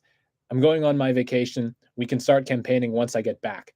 And We'll see if it works out for him. Well, it's saying the exit poll is suggesting as less than a 1. Yeah, I mean, Wickham was not likely to stay with the Tories. Not likely at all. Asked if he accepted the Conservative Party's odds, he said, "Oh yeah," and he expects Angela Rayner to be Deputy Prime Minister in the morning. So Angela Rayner, she's the one that actually has personality. She is almost the more public face of the Labour Party compared to Keir Starmer. She's the one that's more charismatic. She absolutely has charisma. All right, let's go watch and listen again, and let's go. Man, they have 5 different streams. It says watch live for all of them. That's, man, British tax dollars at work. They have 5 separate streams. Ordinary prediction we've got here. Ooh. Jeremy, thank you. Truly a roll call of disaster as you see the names of all those constituencies spin through. We'll be back with Jeremy throughout the night as the real... Hang on, wait. I want to see that. Can I go back to that? There's Angela Rayner. Time after 10 past 11. So we'll keep an eye on those counts. Heroic efforts there. Okay, yeah. Wait. I want to go back to... Better defended, and the Conservatives have a... Where do they... Quick question. I mean... Oh, wait, let's use this. I want to watch the Jeremy Vine segment, and I want to see which seats they're saying. Seats and the here we go. Marginal ones we put first. So we've got a board, let's call it a battle board, and each tab is a seat, and there are 50 each time I change the board, and these are the most marginal seats, the most marginal of all for the Conservatives going into this election. Burnley with a 127 majority last time, then Leon Atherton, new seat, 293 majority, really slender majorities. Yeah, all those should be, all the ones on that screen, just, got the twin seats just taking a glance, and those should all be pickups for Labour. The seats gradually get better defended, and the Conservatives have a better chance of keeping them. Now let's show you what the exit poll is telling us. The results we put up, of course, are not results yet. They are going to flash because they're just predictions. But you can see this board. Most of the blue. I think Conservatives will hang on to West Aberdeenshire and North Aberdeen and Gordon and Buchan. So the Conservatives survived in Scotland. The Conservatives are defending their Scottish seats better than anywhere else. But it's a wash of red and Liberal Democrat orange. Yeah, so this is something. Well, definitely based on the projections. And Dumfries, another season. Yeah, so it looks like they're actually successfully defending all of their seats in Scotland here. People said that could happen, but I just didn't believe it. The reason why they said that could happen, right? It comes back to the whole issue of tactical voting, where, again, if you're say a Green supporter, but you know that the Labour Party has the better chance of unseating the Conservatives in a certain constituency, then you vote tactically for Labour in order to get the Conservatives out. In Scotland, there was one commentator, Ben Walker, the New Statesman, who was talking about this, how in Scotland you have tactical voting, but you actually have an additional dimension of tactical voting, where you also have people who vote tactically for unionist parties. So, for example, you can imagine that you have a Labour supporter in one of these more conservative seats, and they are a Labour supporter, but actually the issue that matters most to them is the question of Scottish independence. They're a Labour supporter, but they are a very pro-unionist. They can vote tactically for the Conservative Party, which is also a unionist party, in order to keep the SNP out, even though on all the other issues, except for Scottish independence, they actually align more with the SNP because the SNP are also a left-wing party. So that's why some people were saying that the Conservatives could hold on to their seats in Scotland, which at the very least they've held on to some of them. I just didn't believe it because the Conservatives are so unpopular in Scotland. I mean, this has to be the result of tactical voting. So let's see what else Jeremy Vine has to say. Tory board. So these seats But yeah, look at that. The only seats they're successfully defending are the ones in Scotland. The top 2 Lib Dem targets, by the way. Okay, let's move on. Let's do the next 50 Tory seats. And again, you can see what's happened. Let's have a look. We move it on. You see what's happened here. That's so just as bad. 50 to 100, 51 to 100. Hendon goes, Truro goes, Wrexham goes. Hazel Grove goes Lib Dem. Plaid Cymru. Yep, they're losing some seats to the Lib Dems. Dumfriesshire again stays Conservative. Yep. They're somehow defending their Scottish seats. But look at the damage here. We still haven't seen, until we get to Exmouth, a seat outside Scotland. So remember, all of these seats that are on the screen right now are current Conservative seats. The blue ones are the ones that they are being projected to hang on to. You can see, so you see this blue bar on the right of each label. That is who currently holds the seat, and these are specifically all Tory seats.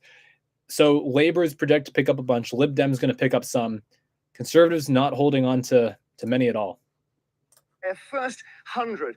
Finchley, Mrs. Thatcher's. Oh, they think Finchley is going to go to the Lib Dems? Let's look at the next board. Oh, wait, that would be even funnier if Thatcher's old seat went to the Lib Dems. Target, Sutton and Cheam, so they've taken that under our exit poll prediction.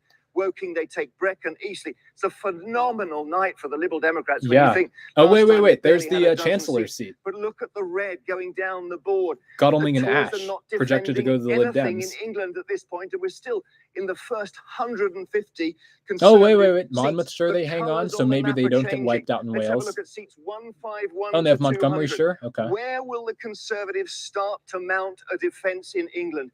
Again, they think Reform will pick up Bassett Law. Let's have a look. Froome and East Sussex, Lib Dem. Lib Dem is doing brilliantly. Yeah, look at all these Lib Dem seats too. Beaconsfield, there we are. The Conservatives seem to have defended Beaconsfield, but that's heartland Conservative country. Bassett Law, Reform. Yeah, this is like the third board of seats, and we're going in progressive order of safer and safer seats, and still, it's absolute carnage on the part of these Conservative seats to both Labour and now the Lib Dems. From the Conservatives, Tunbridge Wells, Bicester, Chelmsford, you're starting to see the Conservatives defend a seat here and there, but this is around about 180th, 190th target seats. Welling, Hatfield, Grant Shapps, looks as though that one's gone under Defense Secretary Grant Shapps is gone. Let's see the next board, shall we? Now we're 201 to okay, 250. And then now, and again, even seats that are 200 down the target list, Labour are taking. That's insane. And Stroud, Isle of Wight West. Yes, some are being defended. Again, all of these seats that we have seen are all seats that the Tories held in the last Parliament. Gravesham is interesting. 199th on Labour's target seat. Whitney's David Cameron's old seat. Conservatives hanging on there. Kettering, Mansfield, according to this. Labour gains still in the majority on this board. You're seeing the Conservatives can't they defend think, their own seats. I almost said UKIP. They think Reform will pick up Great Yarmouth. Right. So they think Labour will win in Herne Bay? Really? Territory now. Salisbury, Reigate, Tewkesbury, Cambridgeshire, Northwest, Beverley, Windsor. Even here, Labour are taking seats. Staffordshire, Moorlands, Sutton, Coldfield, Amber Valley, Herne Bay, Old Bexley, Broxbourne, Chatham, Solihull West. Even here, in their safest seats, Great Yarmouth was the seat of Brandon Lewis. I'm interested to see what happens when the board goes all the way to the 50 safest Tory seats in the last election, because there's still probably going to be some pickups among those seats. So it is a horrible, horrible night for the Conservatives. And here's some more pickups. And they mop their brows. Seat 300. And look, at last, the Conservatives are going to be wiped out in London. A defense, but only in their if they lose Orpington, they might be wiped out in London. You've got Labour taking Cannock Chase, which had a huge Tory majority. So the whole map is changing tonight. It's just an extraordinary prediction. Looking for here. Southwest Norfolk. Jeremy, thank you. Truly a roll. Oh, they didn't show the safest of the safe Tory seats, but maybe with 131 Tory seats, Liz Truss will indeed hang on.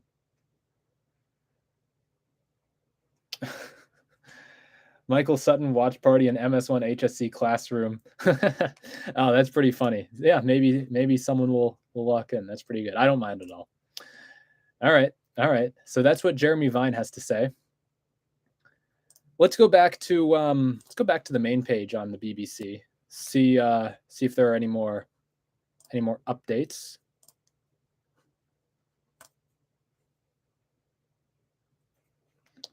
All quiet outside Sunak's house in Richmond. Yeah, I mean, Sunak has surely held on with 130. That would be incredibly shocking. Expecting a result at 4 a.m. So that would be 11 p.m. our time. Probably not one that we have to stay for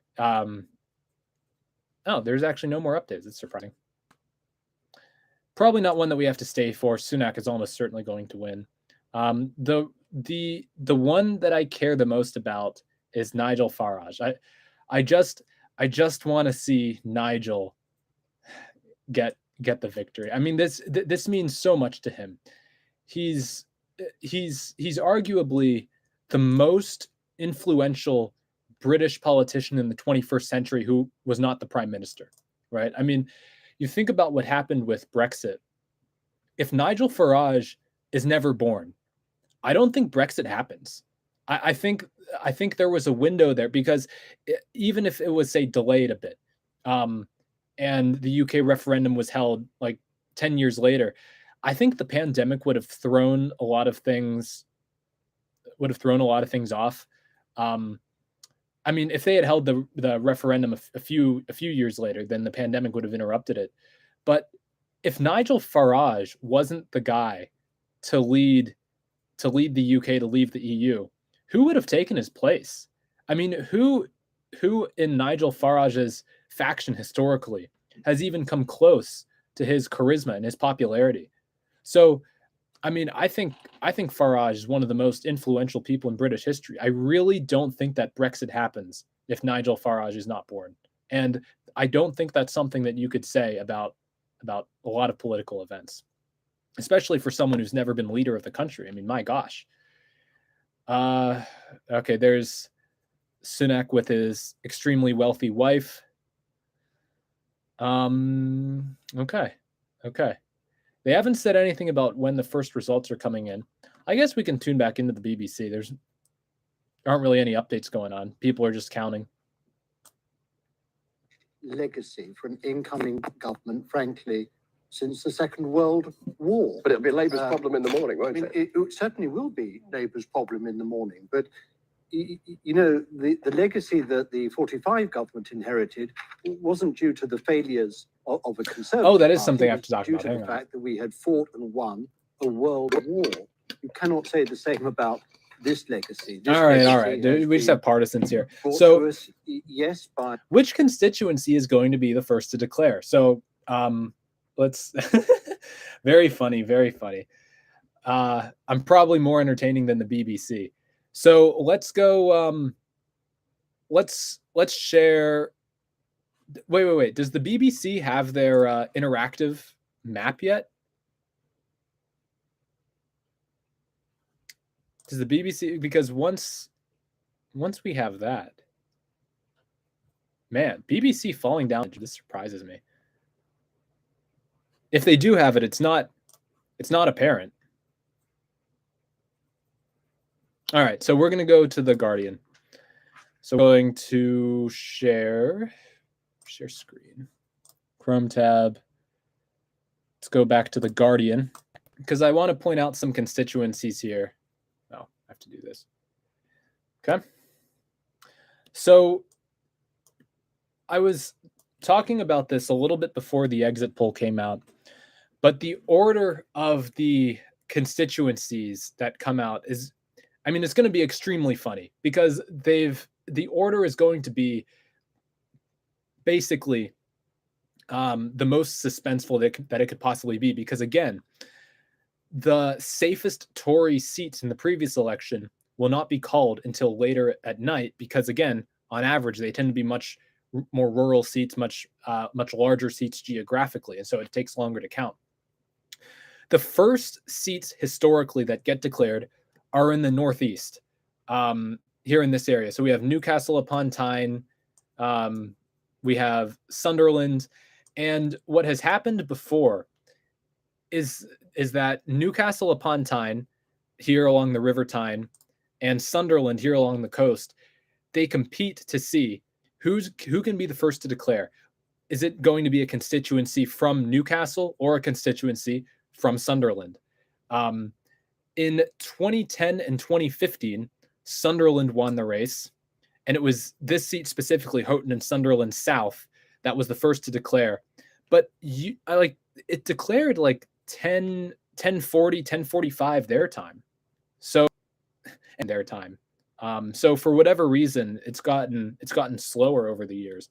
But this is the seat that was the first to declare in 2010, 2019, Houghton and Sunderland South.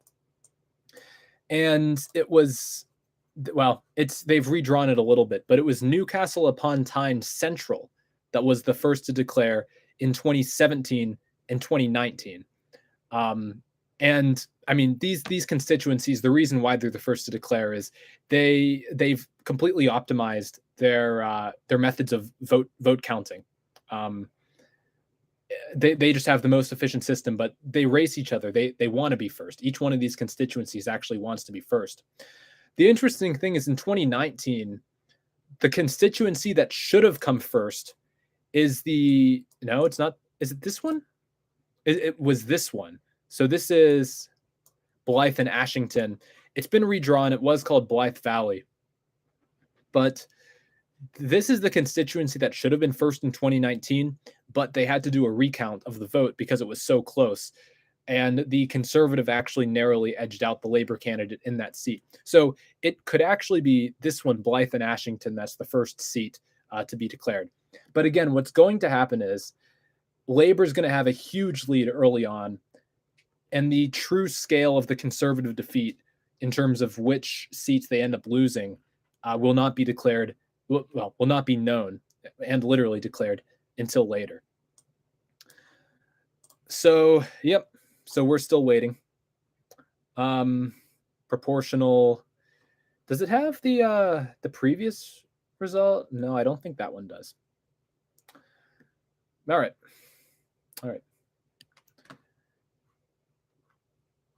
So yeah, I guess we can tune back into the BBC.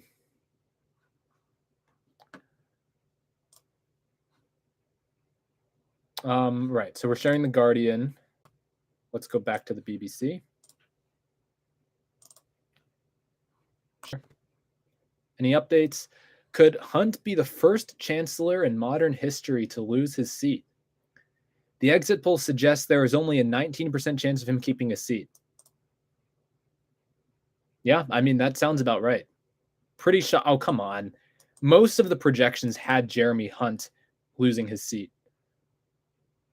Tories set for lowest vote share in the party's history.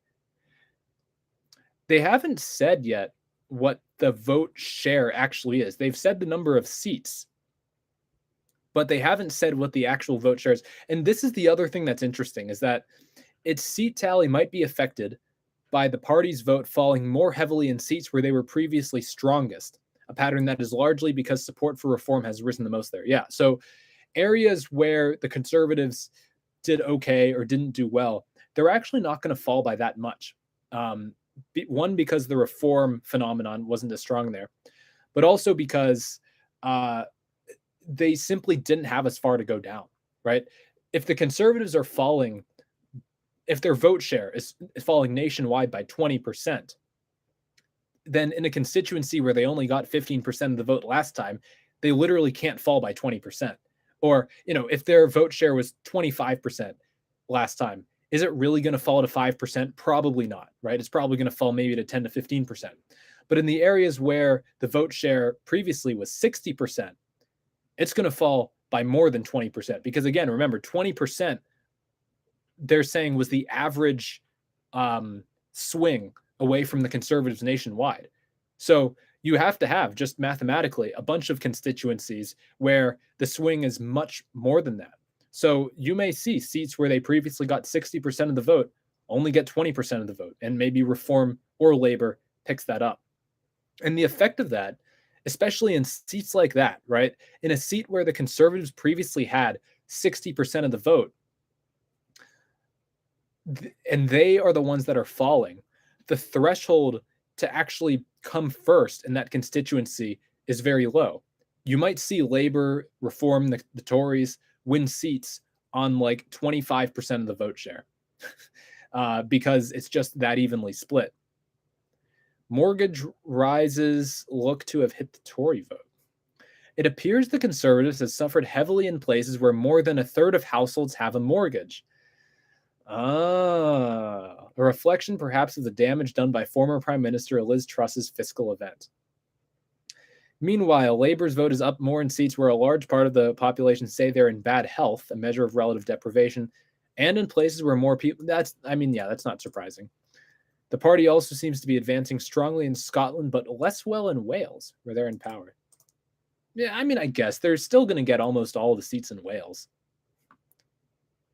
Although their vote share in Wales probably won't increase by that much. All right, we should keep watching the BBC, I think. We might be able to catch the first result. We'll see when that is.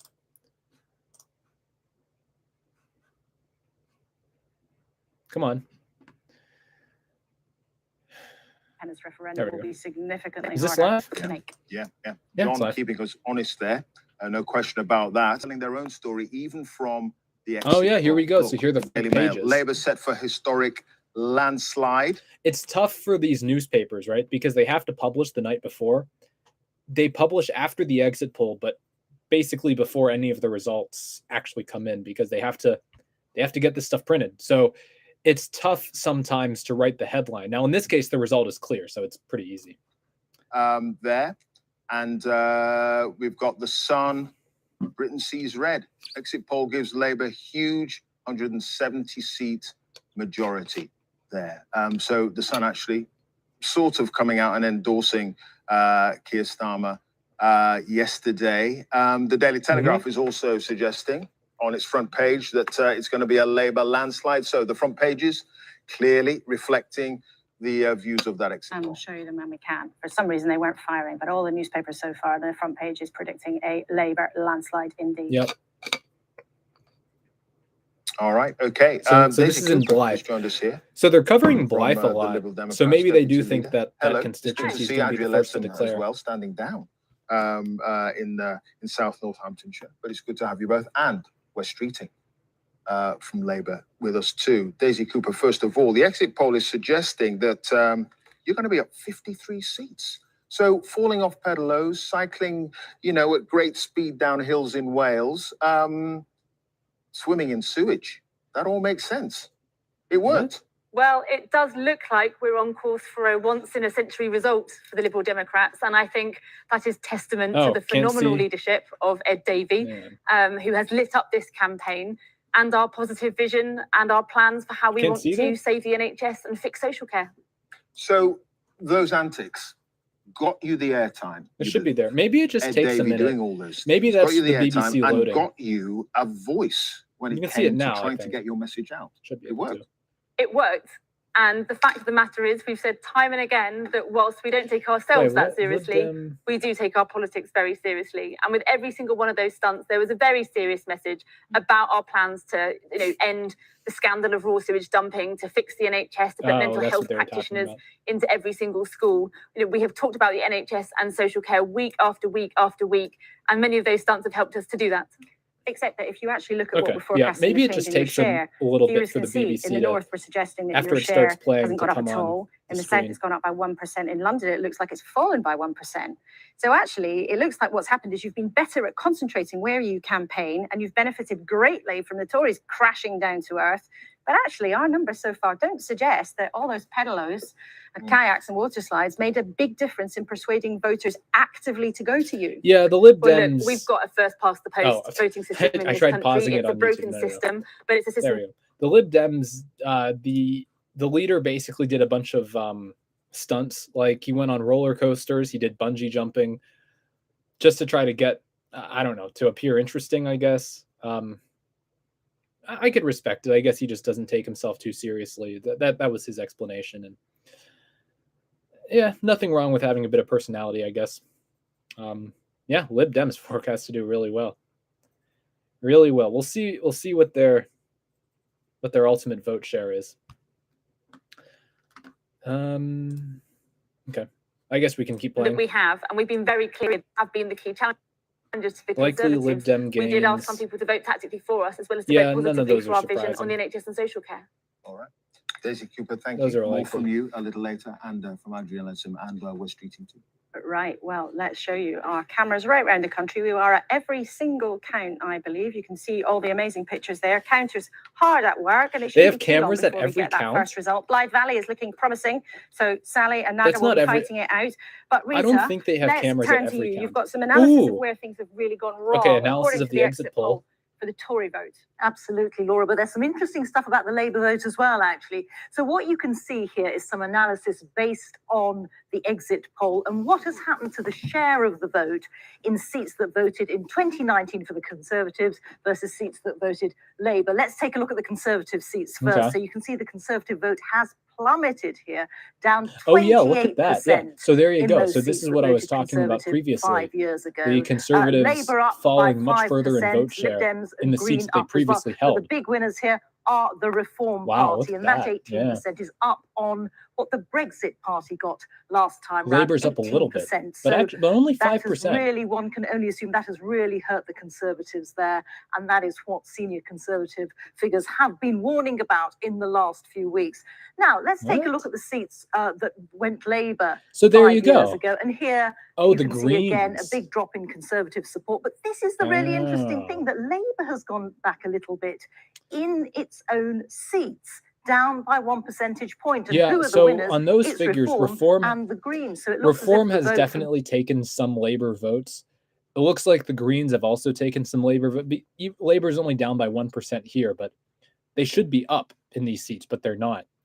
I think part of it is that people vote for the Greens if they just want to vote with their heart and they know that Labour's going to win anyway. Like I expect you'll actually see the Greens take some second places in places like Manchester and Sheffield, right? Like places where Labour was expected to win going away. The two big parties has actually been redistributed amongst Reform and Hang on, Greens. wait, what are they saying for the Lib Dems? They're saying the Lib Dems are actually staying almost exactly the same in vote share, and yet they're expected to go from 8 seats. Yeah, they're expected to gain 53 seats despite not changing appreciably in terms of national vote share. That's extraordinary. That's and it just shows the power of being able to concentrate your vote. So in this election, the Lib Dems took a very different strategy than previous elections.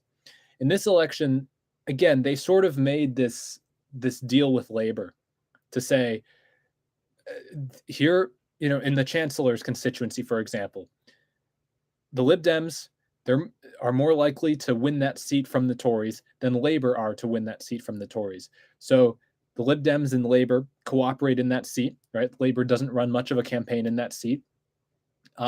Doesn't put many resources in that seat. There's still a candidate there, but basically without support from the National Party. And they have this deal.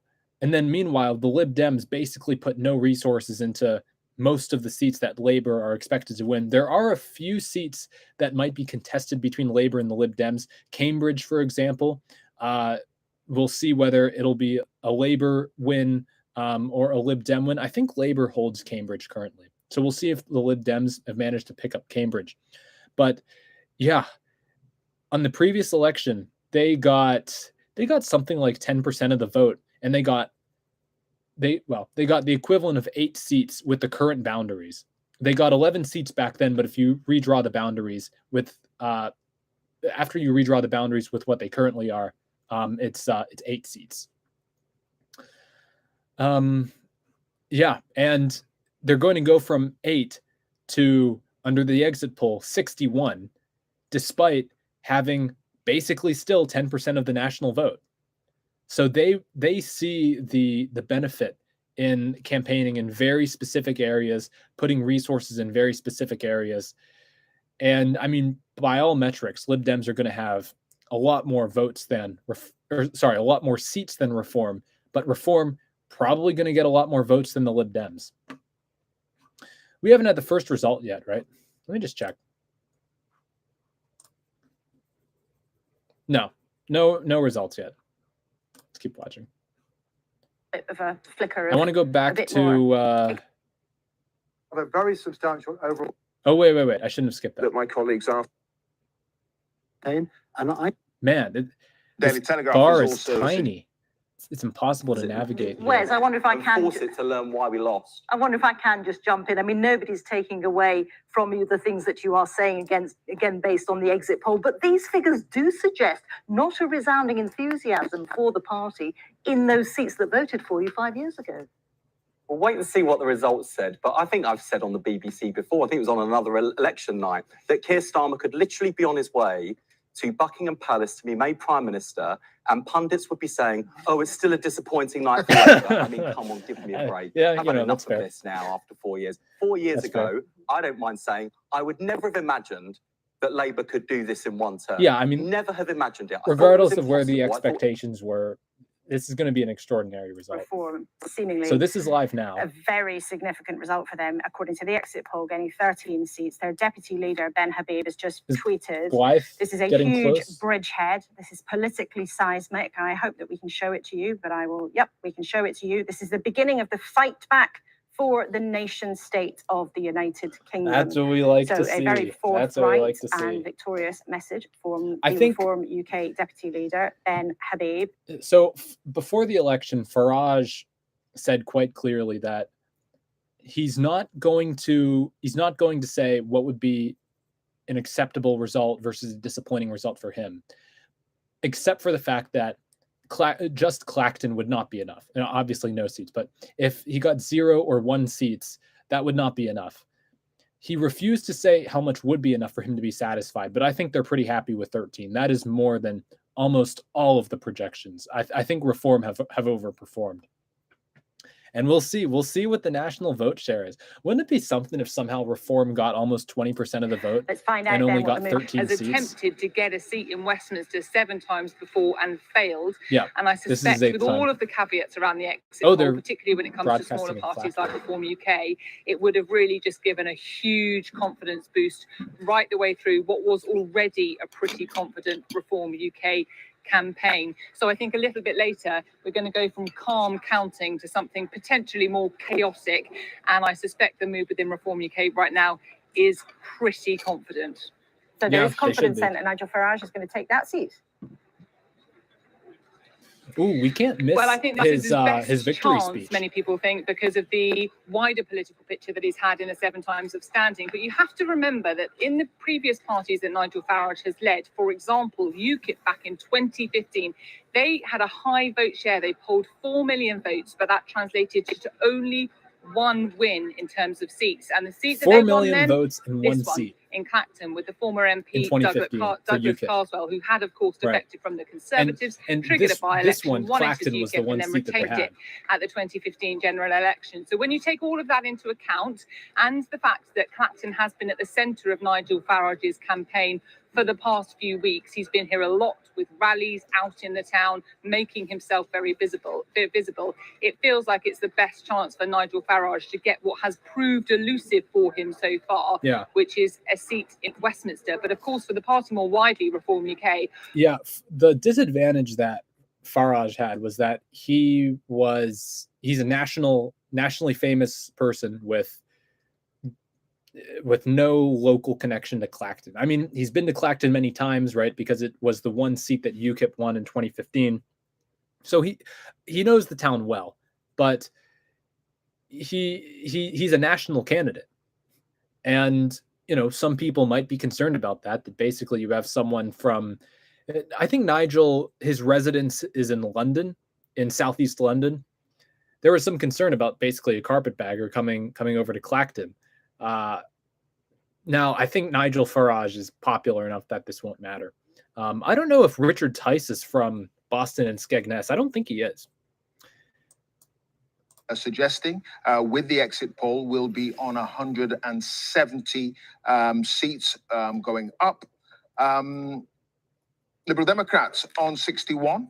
Reform yeah, you can Party see in Blythe they still have some ballots so that they're potentially counting, a good that they're night pulling for out of the them, car. But this is only an exit poll. The SNP down to 10 as well. So a Labour landslide is the suggestion. Plaid Cymru. Yeah, by the way, about the whole idea that you have to take all the votes and bring them to a central counting area. That's what they do in Zimbabwe, right? What they do is, the way that Mugabe's party, the ZANU-PF, rigs elections in Zimbabwe is all the votes are cast, and then, the votes are not counted after the polls close. The votes are put on some truck, and something happens in the truck, right? Something happens between when those votes are cast and when the ballots arrive at the central counting center. And it just shocks me. Like, I just feel like it should be standard practice that you count the votes at the same place where they're cast. You count the votes at the polling station itself. You would think that's how it should be. I don't know, but again, it's something that third world countries do, but I guess in the first world we get away with it sometimes. On that we can have an election where, as Wes has said, in 2019, it was the Conservatives' night to have a huge majority, and it was potentially unassailable for 2 terms. And I think what this does show is that our democracy is alive and well. Devastating for my party, a clear need to rethink, to regroup, to regain the trust of the people. But at the same time, we do need to wait for some proper results and not just look at the exit poll. And I think, as John Curtis said earlier, there's quite a lot to be looked at in terms of how many votes were cast and what the impact is on tactical voting and, of course, voting for reform. But Andrea Leadsom, you're a very experienced politician. You're in the cabinet for a long time doing lots of different jobs. You know that exit polls have a margin of error, of course, but they are pretty much near as, they're very, very good. They're showing a clear picture tonight, not just for Labour's success, which you seem to be, in a sense, praising for what they've achieved, that volatility of voters, but Reform, Nigel Farage's outfit, looks like they have absolutely taken a hammer to your vote in lots of different parts of the country. Has Rishi Sunak handled them in the wrong way? I'm glad that Reform overperforming is indeed the story. It should definitely be the story. I remember in the final week of the campaign, I couldn't believe it. It's crazy to see synchronized lying by all the news channels at the same time. BBC, which is public, and then all of the private election channels, or the news channels, every single one of them was saying, oh, Reform has tanked in the polls. Reform's support has dropped off a cliff. And when you actually looked at the polls, yeah, they weren't increasing anymore, but they had stabilized. In fact, actually, you could say that they had gone up very slightly. What happened was Nigel Farage declares, they go up in the polls greatly. And it takes a week or two for that increase to actually materialize in the polls, right? But over the last week, there was no significant change in the polls for Reform. There were a couple MRP polls that had Reform down a little bit, but there were plenty of the last YouGov MRP poll had Reform at 16%, I think. And some of the polls that weren't the MRP polls actually had Reform at like 17, 18, 19%. So yeah, it was just crazy to witness synchronized lying in real time by all these news networks saying Reform's dropping in the polls, even though you could plainly see on the Wikipedia page a collection of polls that Reform had not dropped in the polls whatsoever. Just flat out lying. Just makes me upset. But I guess the other side of that is that now they have to say that Reform is overperforming because they had talked so much about Reform is going to underperform, even though they've actually overperformed. And that was a concern for me, by the way, because UKIP back in 2015 did underperform. In the run-up to the election in 2015, I remember this well, UKIP, most polls had them at around 14, 15%. Some polls had them like 16, 17. Some polls had them down at 12. But most polls had them at around 14, 15%. And they ended up only getting 12.5%. It was also expected that they should win more than one seat back in 2015, and they didn't. They fell short in all of their target seats. And Boston and Skegness was actually a target seat. They came short there. Castle Point was a target seat. I wonder if Reform picks that up now. There was Thanet South, of course, for Nigel Farage, who was running there. They fell short there.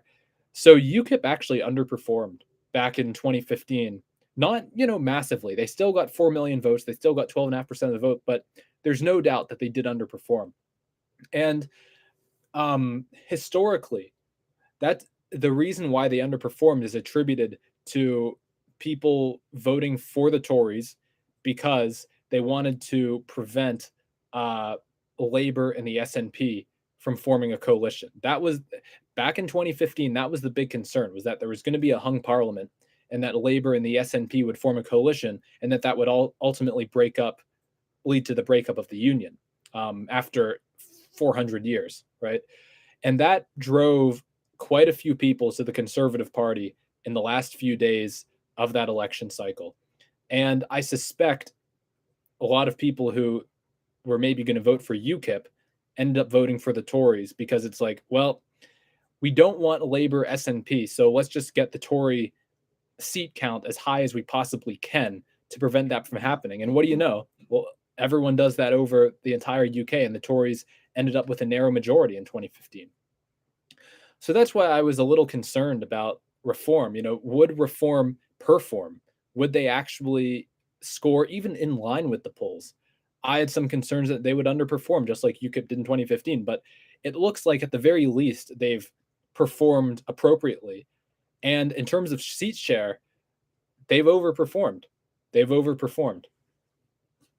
Mom says Nigel is an outsider spoiler. I never understand why anyone thinks BBC is objective. They were trying to influence viewers. Yep. Totally right. Yeah, BBC's pretty bad. They're actually not as bad as, say, CNN, where CNN, well, maybe not after this past debate. They were pretty fair in the debate, but CNN for the past 8 years has been very clearly in the camp of the Democrats and been against the Republicans. The BBC, they at least, the BBC now is what CNN used to be, where I think the BBC favors Labour a little bit, but it's not visible all the time. They grill Labour plenty of times. I mean, it's not an easy interview if you're a Labour Party member going on to the BBC. So I think there's a mild bias in favor of Labour, but it's not always that noticeable from the BBC. And I mean, is it really realistic to have a news network that's completely unbiased? Probably not. So yeah, but the BBC hates Nigel Farage. They do everything in their power to take out Nigel. What's great is that Nigel actually founded his own news source, which is GB News. GB News, it's basically the equivalent. I don't want to say it's Fox News. I'm trying to think of what a comparison would be. News Nation. Yeah, I would say News Nation. Right? Isn't that the conservative? That's the conservative News Nation. Isn't that the conservative? No, maybe I'm getting that confused. I can't remember what it's called. No, that's okay. Maybe I'll think of it. But GB News, founded basically by Nigel Farage in 2019, 2020 or so, and now Britain actually has a true right-wing news source. Even the news sources that are supposed to be right-wing, like The Sun, like The Telegraph, they're basically in favor of the Tories. They're not actually right-wing. They support the Tories, and they went after Nigel Farage. Tyler says, you've been doing a great job. Thank you. I appreciate it. Stream hasn't really been growing. We have 4 viewers now. That's actually the most it's been for a while. I was hoping that maybe this stream would grow, but I guess for a channel with basically 0 subs and 0 views, it's just not meant to be. And people aren't really watching streams. They're watching the BBC, which has a free stream, right? But oh well. Have we gotten any results yet? It's have we gotten any results? Let's go. Wait. Let's close out of this. Let's refresh. Ooh, they have. Wait. What was the result? And do we have an interactive map? I'm just gonna Google search. UK election interactive map 2024. BBC, please.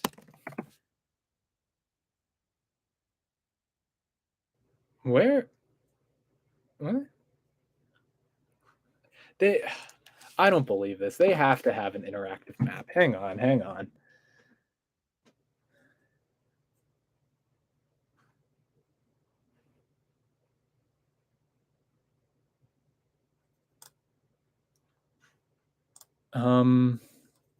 Because now we actually have a result in. Oh, okay. Sunderland South. Ooh, so Sunderland South takes back the mantle here. Last time Sunderland South was the first result was in 2015, and they had 2 elections in a row where they lost. But yeah, we need the Corbyn's constituency. I don't understand why we don't have an interactive map. Do we go here maybe? No. And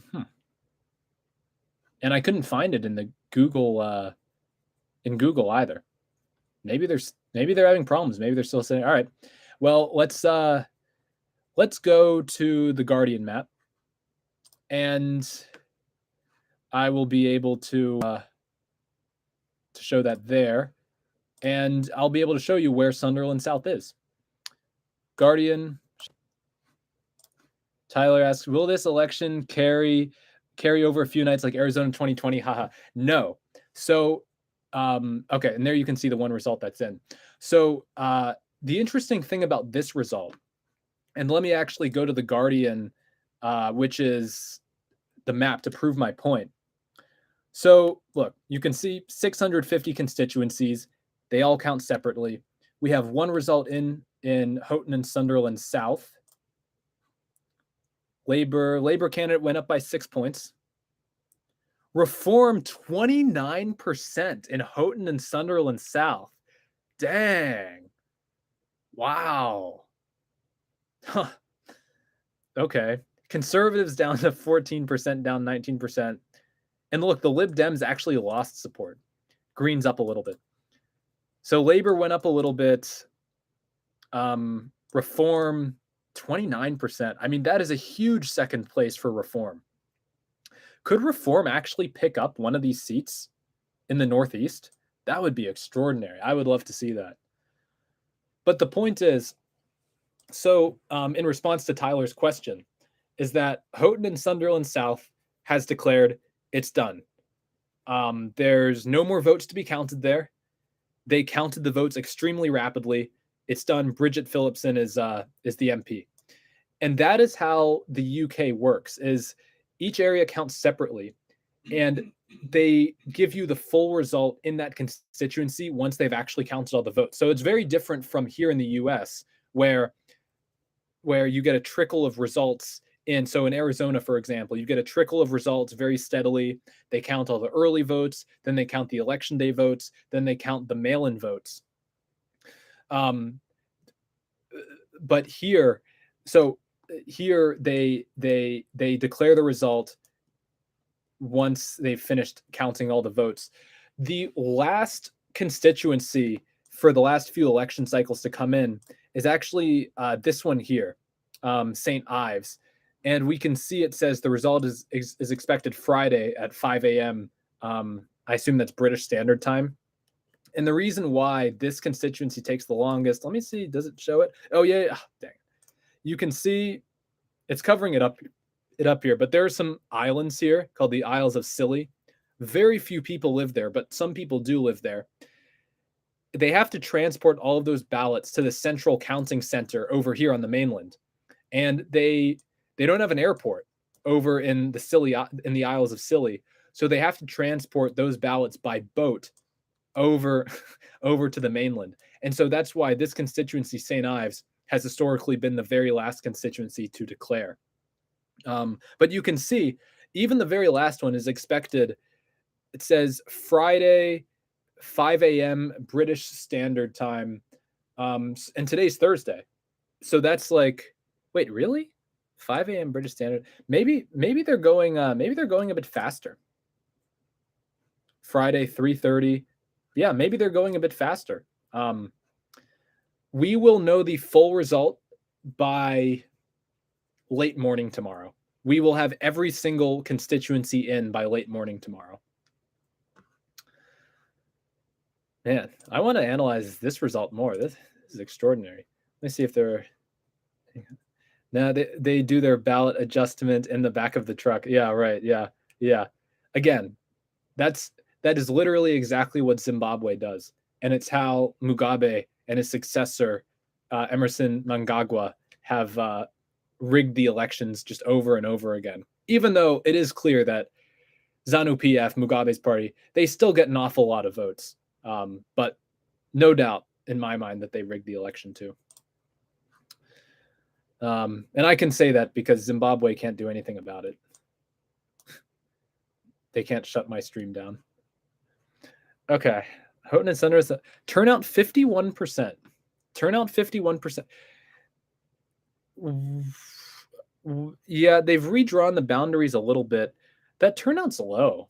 Even for, this is a constituency that has typically worse than average turnout, but like the Northeast doesn't turn out quite as much, but that turnout's low. I'm going to go back to the 2019 results. 2019 BBC UK election results. And I'll share the screen in a minute. Once I get the map. Yeah, that turnout, that looks low to me. We'll see. All right, so we'll share the screen. And we're going to go here. Okay, and you guys, yep, we can see that. Look at all the blue, right? But let's take a look. Oh, here's Houghton and Sunderland South. The boundaries have changed a little bit. Turnout was 67% there in 2019. Wow. Or wait. No. Is that? Oh, no. That's nationwide turnout. What was the? Sorry. What was the?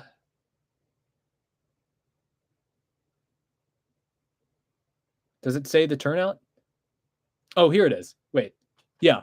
Turnout 57%. So you can see it was 10 percentage points lower than the average turnout across the country. But 57% compared to 51% now. And by the way, again, we can see. Reset the zoom, please. Oh, no, I have to go back. Go back here. You can see in the previous election, look at all this blue.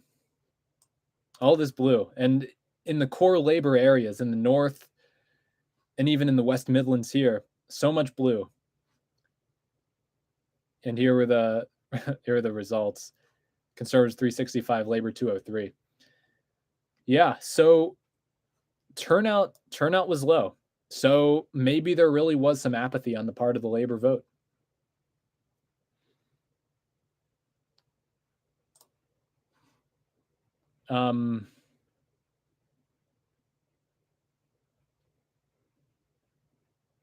Okay,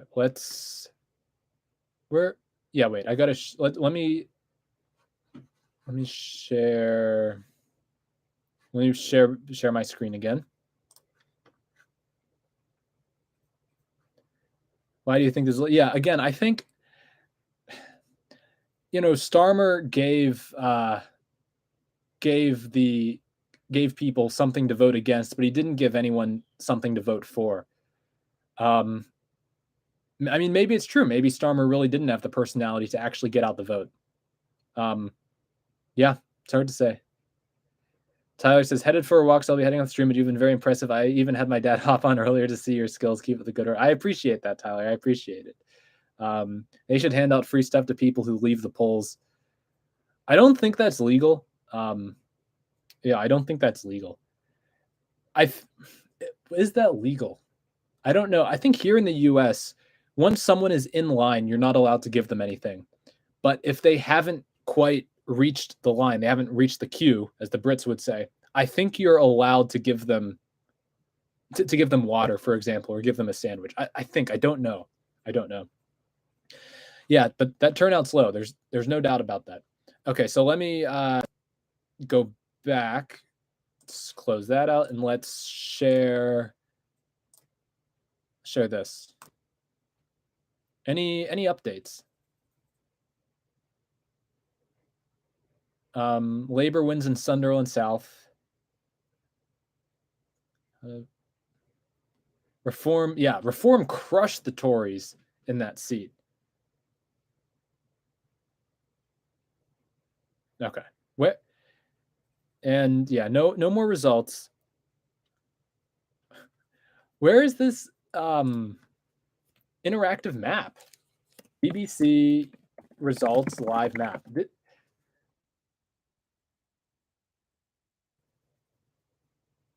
I don't understand. I really don't understand why the BBC does not have a live map. This is shocking to me. Unless it's just not accessible. It should come up as like live map.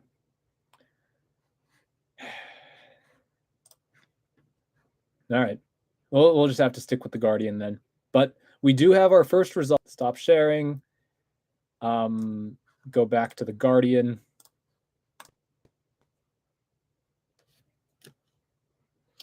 Yeah, so there it is. Our first little tile on this mosaic. Yeah, 51%, down from 57% turnout.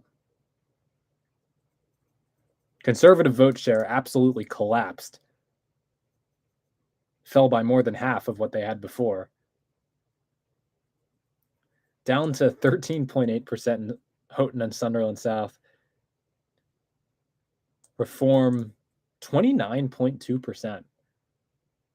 29%. I mean, if Reform were at 29% nationwide, they'd be on a lot more seats than, what did the exit polls say again? 12? What? I can't even remember. What did the exit polls say? 12, I think. Well, let me check. Reform, where's Reform? Oh, 13. Yeah.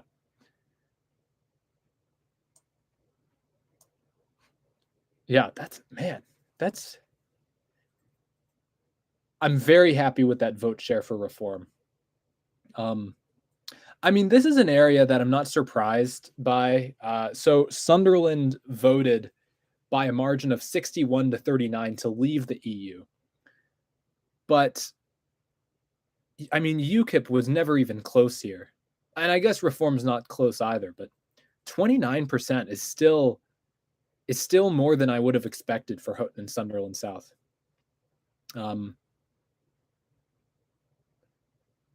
Yeah, Labour have actually gained. Yeah, 18,000 votes. That's not a lot of votes to have if you're the winner of a seat, especially winner by that margin. So turnout really was low. I wasn't sure if maybe turnout would be high because the Conservatives, again, they've made a mess of things. They've promised everything and delivered nothing. And you would think that a lot of people, especially people who have traditionally voted Labour, you would think a lot of people would have been motivated to take part in such a historic event and possibly create the death of the Conservative Party. But yeah, that turnout's now look, maybe when we get into the more contested seats and the seats in the south of the country where you have more of a free-for-all with Reform, maybe you'll see an increase in turnout. But a lot of people were saying prior to the election that turnout would be low. Yeah. Greens went up a little bit too. Oh, good. And these are change figures based on model 2019 results because they changed the boundaries a bit. Oh, whoops. Okay. But yeah, 18,000 votes, not a lot.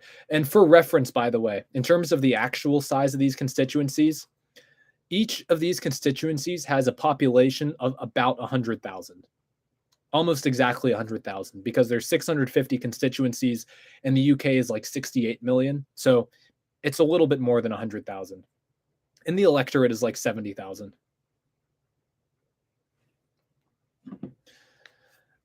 We also have a way of viewing the results here in the proportional view. And here each constituency is exactly the same size. And that visually helps you get a better view of how many seats everyone has and where they've done better. Yeah, and you don't have like the visual rural overrepresentation that you have on the geographic map with these huge rural constituencies. All right. I'm actually surprised another result hasn't come in yet. Typically, the first couple results, because they're racing, right? The first couple results come in one after the other. Oh, wait. And just as I said that, we have another one. So that looks like Blythe and Ashington. Yeah. Labor went up a little bit, not massively, still at less than 50% there. And yeah, conservatives got absolutely wrecked. And look at Reform, almost 27% of the vote. Turnout is crap once again, 53%. Man, 27% of the vote for Reform. Yeah, I mean they're doing it. They're doing it. I'm okay. So now I'm not surprised anymore that the exit poll had Reform at 13 seats, because under these figures, that's certainly in line. 13 seats, what would the vote share be? I mean, I think the vote share would be high teens at least to get that number of seats. It's really hard to say. So Labor is up 2-0. 648 constituencies to go.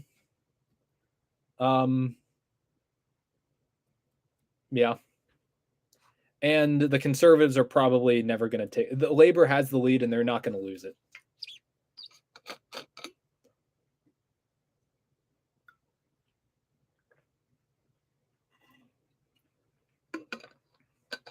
But yeah, it's just interesting that in these seats, like, we're talking about one of the greatest Labor victories of all time. And Labor, well, actually in this seat, they improved by six points or so. That's pretty good. But up here in Blythe, they increased by 2 percentage points. Now, sure, it was an area where they were already pretty strong, but still. But I think once we get to the south of England, that's where we'll really see Labor obtain some huge swings. I'm also curious to see what happens in Scotland. Man, 26% for Reform. Hello.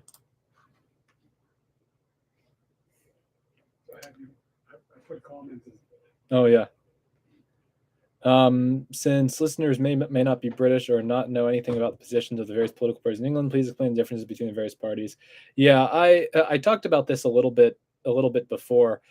And this is what originally made me interested in British politics, is that you have a number of political parties who actually have serious chance to win seats. So you have the Conservative Party, which is traditionally the largest party in the UK, and they're very much a center-right party, not quite as to the right as the Republicans are in the US, but there's center-right. You have the Labour Party, which is center-left, about where the Democrats are, I'd say. Maybe a little bit more left-wing because they want to socialize or nationalize some industries that are currently not being advocated for here. So those are the two big parties: Conservative on the right, Labour on the left, and really center-right, center-left. Then you have the Lib Dems, who are traditionally Britain's third party, and they're a centrist party.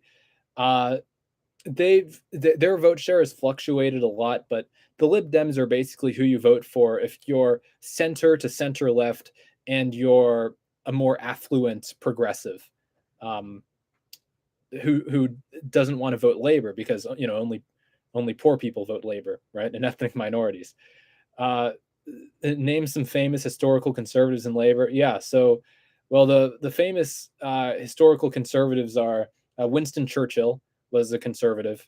I think David Lloyd George was conservative, but I could be wrong. Margaret Thatcher was conservative, John Major.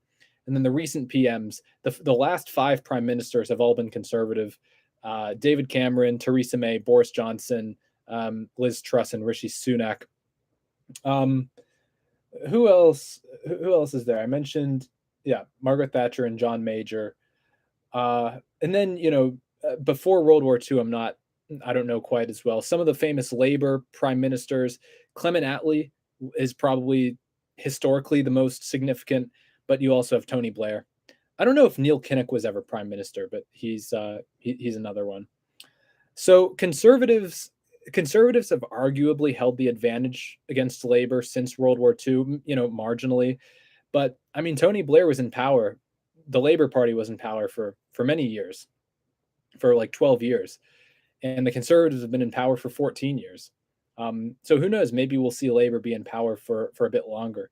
But anyway, so those are the three major parties: Conservatives on the center right, Labor on the center left, and the Lib Dems on in the center left or so. Reform Party, that's Nigel Farage's party. They've positioned themselves to the right of the Conservatives. They're the only party that actually has a serious right. Yeah, Disraeli's another famous conservative, Benjamin Disraeli. But Nigel Farage, Reform Party, they've positioned themselves to the right of the Tories, and they're the only party. What's this? Hold on, I received a text. BBC are highlighting that Steve Baker MP is less than a 1%. Yeah, we saw that earlier. I just received a text. Yeah, they did say that to Steve Baker MP. Yeah, that was pretty funny. Steve Baker was in the BBC studio, and they told him to his face that he had a less than 1% chance of holding on to a seat. That's pretty funny that they would have the gall to do that. But anyway, going back to the political party. So Reform Party, Nigel Farage to the right of the Conservatives, and they actually want to reduce immigration. They're the only party that has seriously advocated to reduce immigration. None of the other major parties have done it. Britain, the entire country of the UK, geographically is the same size as Wyoming. And England, where most of the people live, geographically is smaller than Florida, but England has 1.5 times the population of California. So it's California plus another half of California is England's population, but England's smaller than Florida. And yet, in the past year, I believe the figures were something like the UK had 75% of the total immigration that the US had. So they've been taking in immigrants like crazy. I mean, that's the big reason why the Reform Party has been gaining. I want to go back, see any more results in yet? No, I don't think so. Yes, we're still just at those two. So that's why it's important for Reform to win, and that's why I'm rooting for the destruction of the Conservative Party, because they're not a real conservative party anymore. They've moved too close to the center. They've generally avoided social issues as well. But immigration is the big thing. And when it comes to the National Health Service, all of the proposals are always just, yeah, we're going to fund the NHS better. We're going to throw more money at the NHS. They have no interest in actually reforming the way that the NHS operates.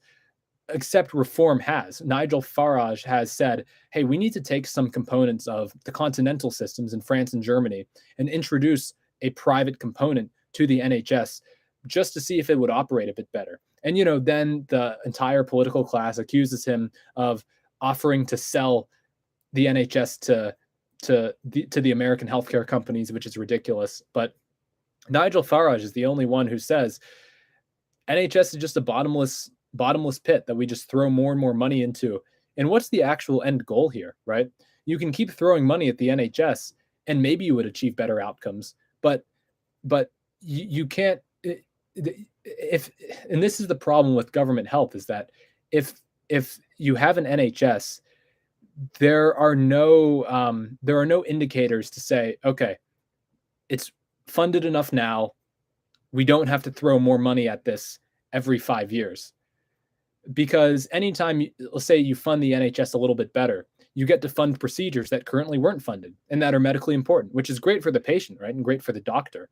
But then once the NHS adjusts and adapts to that higher level of funding, it's like, hey, wait a minute, there's all these other things that we want to do that would also help patients. We need just a little bit more funding to be able to afford that. And it just goes on and on and on. And no one ever says what the end goal here is, right? Nobody ever says, how can we actually make the NHS more efficient, instead of every party, every single election cycle saying, we're going to put more and more money into this bottomless pit. So Nigel actually has a real proposal on what to do with the NHS. No other parties do. And those are the biggest parties by far. You also have the Green Party, left wing, further left than Labour, a typical Green Party. you have Scottish nationalists in Scotland who are also left-wing. They want to secede from the Union. Welsh nationalists in Wales who want to secede from the Union. And then Northern Ireland has separate political parties. None of the parties in the UK run candidates in Northern Ireland. And Northern Ireland has a whole separate set of political parties that are based on, unionist versus nationalist tendencies. Mom says, teach the Brits how to cook and maybe they won't eat junk. Yeah, that's true. That's true. Yep. Yeah, the Brits are a little healthier than Americans. I know that's a low bar, but if you actually look at the party leaders, they're all in shape. Like all the people who are contesting this election, the Labour leader, Keir Starmer, the man who's going to be the next prime minister, Rishi Sunak is in great shape. Nigel Farage is in great shape. At the Scottish guy, the Lib Dem guy, actually the Lib Dem guy could afford to lose a few pounds, but he's not massive either. So all the politicians there are in great shape. Well, better shape than here in the US. There are some that are in not so great shape. All right, so we still just have these two results. And Labor they've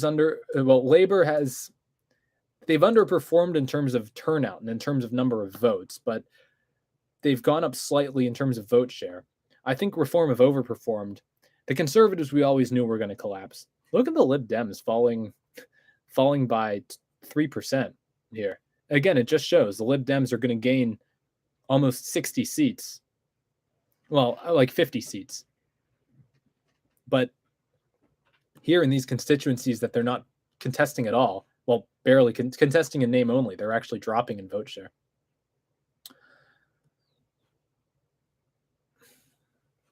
So 27% and 29% for Reform. I mean, those are two very clear second places. Have they doubled up? Yeah, they've doubled up the Tories in Houghton and Sunderland South. Wow. So anyway, Houghton and Sunderland South won the race. Blythe gets denied again, being the first one to be declared. You might see, well, we have seen a bit of a pause. The next result, I would still think, will come from the Northeast, and it'll be another Labour result. Let's go back to the BBC, see if there are any updates there. Share. Let's go. Where is it? Let's go here.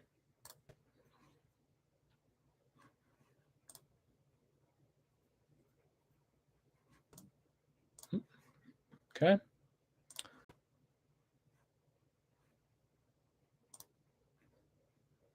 Yeah. Okay. Live. Yeah, there's Tony Blair. Just short of the majority that Tony Blair won. The exit poll said that the Labour Party won of quite as many seats as Tony Blair had, but the Conservatives are also lower. Professor Sir John Curtis says the most surprising figures from tonight's exit poll are for Reform UK and the SNP. Yeah, no doubt. Reform UK have overperformed. The Scottish Nationalists have underperformed. It will be fiendishly difficult to come back from this, says veteran Tory. Yeah, I mean, they have to do something about Nigel. They either have to move right and basically converge with the Reform Party and become a true Conservative Party again, or they have to move even further towards the center, basically merge with the Lib Dems, like take a bunch of voters from the Lib Dems and Labour. But they have to do something. I suspect what'll happen is they will analyze the election appropriately, and they will say, we lost the election because we weren't conservative enough. And not just because their ideology wasn't conservative, but their actions weren't conservative enough. 2.5 million people in Britain immigrated to Britain over the past 2 years. So what is this? Labour majority would be the second largest since World War II. Of course, the only one that's larger is the majority that Tony Blair first won. Yeah, so it's actually going to be larger probably than the majority that Clement Attlee won in 1945, where he won a huge majority there.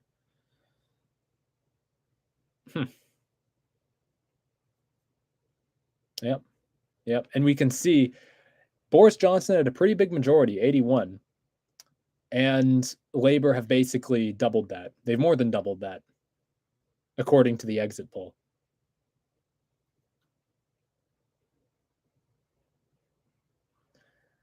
Man.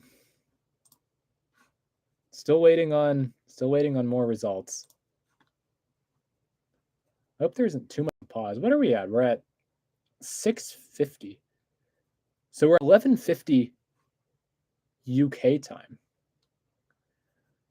Yeah. We might have to wait a little bit longer. Unless there's a new one. No, I don't think so. Yeah, it's typically before midnight. You get a small number. After midnight is when they start coming in. Okay. Let's go back to the election map.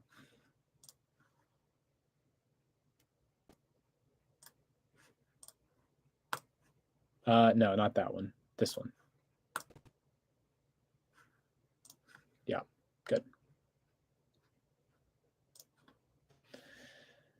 Yep. So here we go. All these small constituencies. I guess there's a few things that we could show off in the meantime. Let's see. What other tabs do I have open here? Oh, Newsmax was what I was thinking of before, not News Nation. Yeah. So Nigel founded a news site that's basically like the British version of Newsmax. It's called GB News, and yeah, the UK finally has a legit right-wing news source. But yeah, what other tabs do I have open here? I guess we could pull up the forecast, look at that a bit again. Yeah, you know what we can do? We can compare the forecast to the actual result. So I'm going to share the forecast now.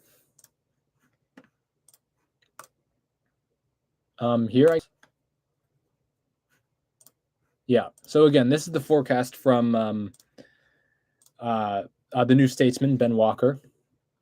These are not actual results. And let's compare. Let's see how these results. So Houghton and Sunderland South. So they, yeah, wow. So according to this project, and by the way, this projection had Reform on 1, 2, 3, 4, 5, 6 seats. So this projection, this analysis before the exit poll came out had Reform on 6 seats. And they said that in Houghton and Sunderland South, Reform would get about 18% of the vote, and the Tories would be at 25%. And let's look at what's actually happened.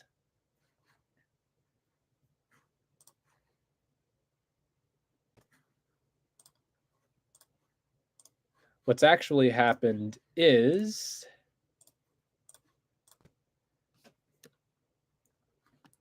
the Conservatives are down to 14 and Reform is at 29. So again, in that forecast, Reform was expected to be at 18 and they're at 29. The Conservatives were expected to be at 25 and they're at 14. So it's basically Reform's vote share is 11 percentage points higher than was expected here. And the Conservatives are 11 points lower than was expected. Again, just one projection, but still. I mean, that has to be good news for Reform. That in a projection where they were projected to have 6 seats, they're outperforming the polls massively. Let's look at the other seat. Let's go up here to Blythe and Ashington. Reform, these are the real results. This is what they got. They got 27% of the vote. And in the prediction, in the projection, they're only at 12%. Projected at 12%, but actually at 27%. So their actual vote share is 15 points higher.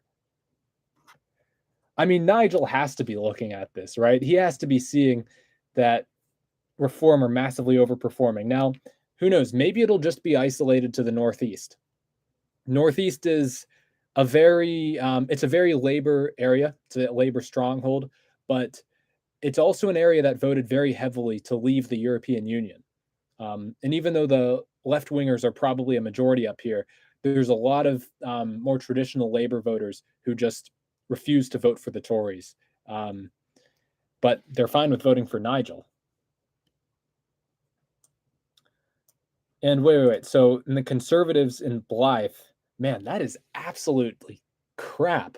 Conservatives are at 15% here. This is a seat that they won last time around. They've gone down by 18 percentage points.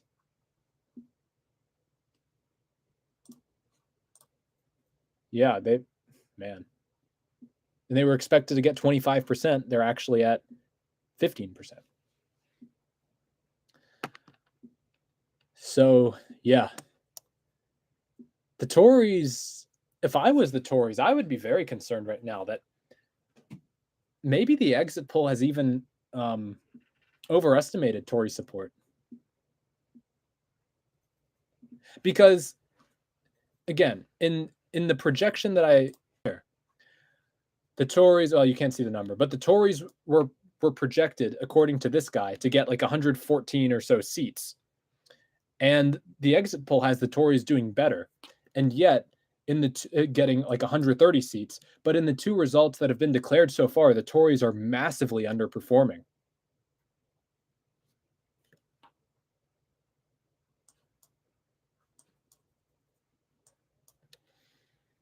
So I'd be very concerned. And again, like I was saying before, there is reason to believe that the exit poll, been very accurate in the past, there's reason to think that it might not be as accurate this time around because you have so many seats that are so close, and you have Reform UK, which is basically a new party. And the way that the exit poll works is it compares the estimated results compared to the results from the previous election for each party. So put those two factors together, there is reason to believe that the exit poll will be off, and maybe Reform will do even better than expected. The other possibility, which is kind of scary, is that Reform is going to get 16-17% of the vote, but their votes will be so poorly distributed that they'll only end up with 5 or 6 seats or fewer.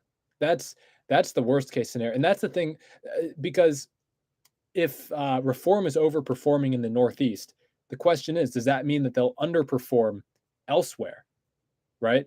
In order for the polls to be accurate. Either way, I would still be very happy if I was Reform, because it means that at the very least, in terms of vote share, overall vote share, the polls won't be totally off. They're not going to massively underperform the polls like UKIP in 2015, probably. But yeah, that would be the one residual fear that I have. I want to see some results come in from the South. Anything else come in yet? No, I don't think so. So we had 2 constituencies race to see who would be the first to declare, and they both declared, and now we're waiting for the constituencies that aren't trying to be first. I'm going to check to see if BBC has an interactive map. They have to. Okay, here we go. Finally. Is this it? Okay, finally. We have the actual map from the BBC. And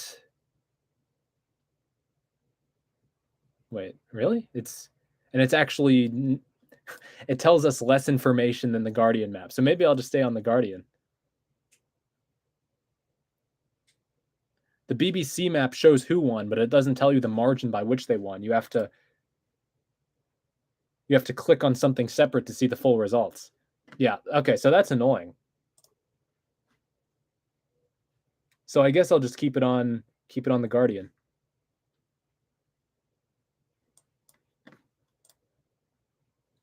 Okay. but still no more results in yet. The other thing is the BBC might still be working on the map. And maybe they'll make it better a bit later. Okay. So I'm going to change back to the actual results.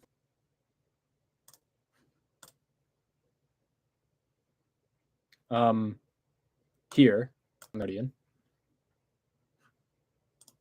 Okay, good. Yep. So yeah, we can see here seats in the Northeast. A lot of seats near Liverpool, Manchester, Sheffield, Leeds, the big cities in the north of the country. Here's Birmingham, the second largest city in the country after London. This map is lagging. Wales, of course, Scotland over here, Northern Ireland. And then we have sort of southwest, southeast, and the east of England, and London here. A lot of seats in London. Oh.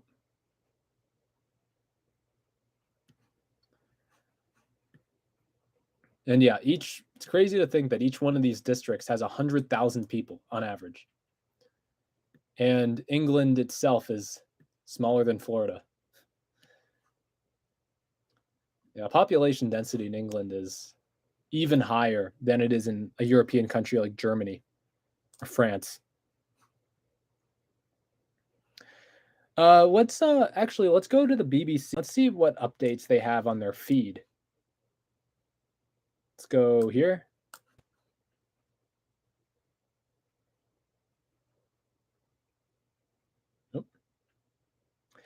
I can't imagine how happy Nigel Farage is with everything that he's seen so far.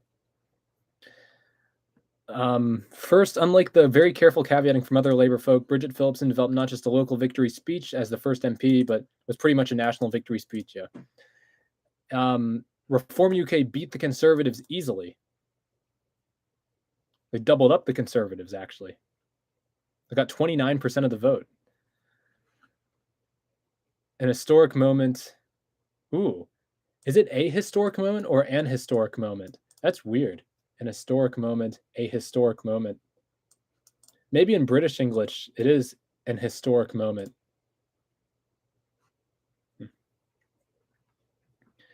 Reform UK Deputy Leader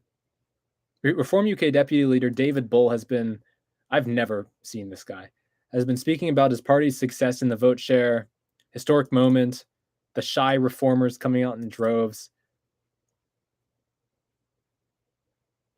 Yeah, right. So he believes polls have been caught off guard and that it would be extraordinary if Reform UK wins 13 seats. Right. So now he's setting the expectations. He's saying, yeah, the expectations were always low for us.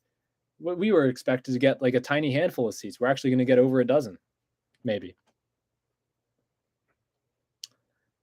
What's this? The SNP's Flynn. Yeah, he could be in trouble.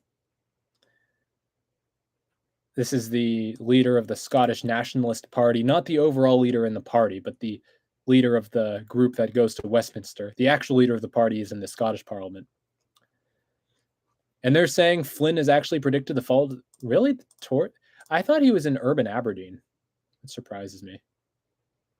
Oh, and it's past midnight in the UK.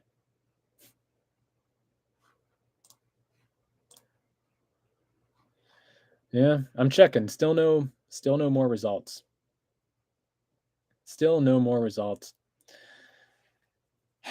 Yeah, I have fond memories of watching Sunderland come in the 2016 EU referendum because I remember in that referendum, everyone thought Remain was going to win, and I wasn't sure.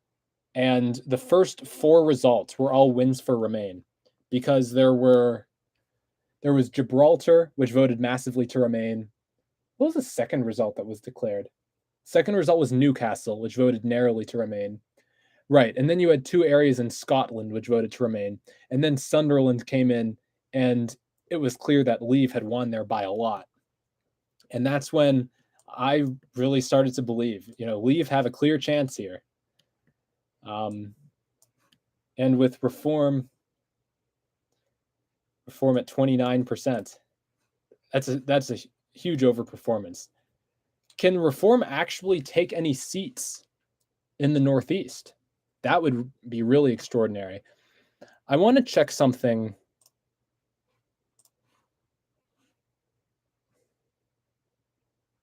Which political party has supported migrants and refugees to the UK? Every political party except for Nigel Farage and Reform. The Conservatives have, the Labour Party has, the Lib Dems, any of the left-wing parties have. They all support mass immigration and mass migration to the UK. So that's why the Conservative Party needs to die, because it's no longer a conservative party. Ahistoric is proper written English, and historic is often spoken. And historic, yeah, I guess so. I guess I could see that. Yeah. Okay. So A is actually correct then. And we can see BBC's coming in with more results. Yeah, terrible result for the Scottish Nationalists. My God, 10 MPs. Terrible result there. Oh, another one came in. Sunderland Central. And another second place for Reform. That's what we like to see. Why isn't this updated though? It says that this one came in. I guess we have to refresh. It's in, but the Guardian hasn't put it in yet. The BBC has it in. BBC has it in. Okay. Might just take 1 sec. Okay, yeah, and now it's in. Sunderland Central. 27% of the vote for Reform. Look at the Tories. Vote share falling by 21 percentage points. So I guess they were at, so they were at 35% here in the previous election, and they're down to 14%. And Reform 27% in Sunderland Central. And look, Labour, their share of the vote didn't change at all. The guy won. Again, each of these districts is about 100,000 people, and the Labour Party candidate won with less than 17,000 votes. So turnout is not great. Reform, Conservative, Lib Dems went up a little bit. Greens went up significantly. Greens more than doubled their vote share in Sunderland Central. So there's the left-wing protest vote, right? They're the left-wingers who say that the Labour Party is too centrist. And, well, Labour's going to win here anyway, so I'm just going to vote for the Greens. 27%. So just based on the constituencies that we have so far, and again, they're all in the Northeast. They're all in one region of the country. 29%, 27%, 27%. The other interesting thing about Reform's vote share, right, is so it's been projected to be, again, according to the polls before this, before the exit poll, like 15, 16% nationally. But Reform gets no votes in Northern Ireland because they don't run in Northern Ireland. Reform's going to get almost nothing in Scotland. And Reform is not going to do well in London. They're going to get very low percentages, like single digits, low single digits in London. But nationally, they're on like 15 to 16%. So if you take out London, you take out Scotland, you take out Northern Ireland, then what that means is in the rest of England and then Wales, Reform are probably at almost 20%, right? Like just according to the polls. And because it looks like they've outperformed the polls, they're probably at over 20% in basically provincial England outside of London. Yeah. Wow. I have the correct. Oh, hang on. I don't have the correct screen being shared. We have to go. Let's go back to the Guardian. Yeah, so here we go. So those are our 3 results in the northeast of England.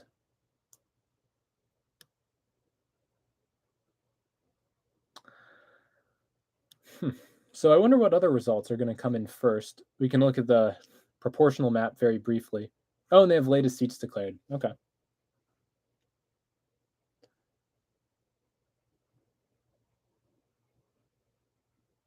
Yeah, I'll try to announce every seat when it comes in. That's a cool drawing. Oh, and look at that. They have a little bit of a description here. Yeah, that's true. Nigel Farage was also against the COVID lockdowns that both major political parties were massively in favor of. Oh, and look, so these dots here. So this is the winning post, and they've started to fill in seats on the Labour side of the line.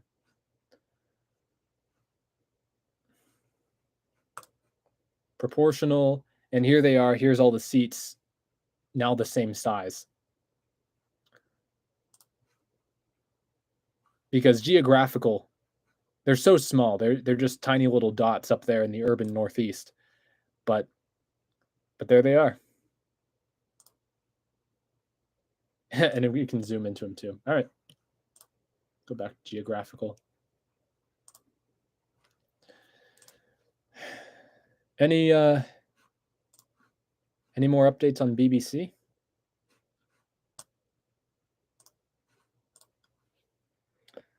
Oh, this makes me so happy. Let's go here.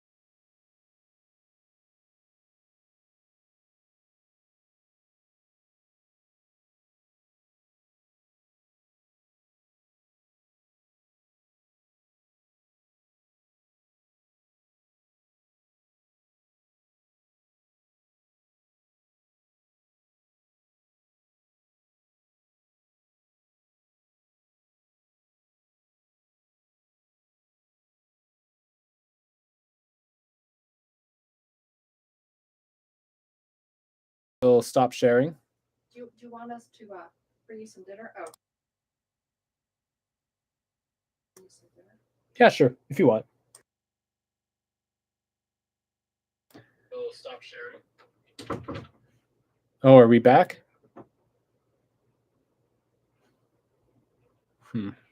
My screen is frozen.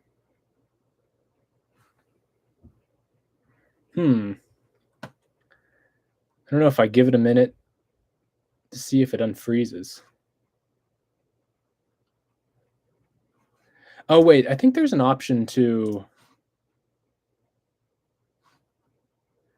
Is there an option to refresh the stream?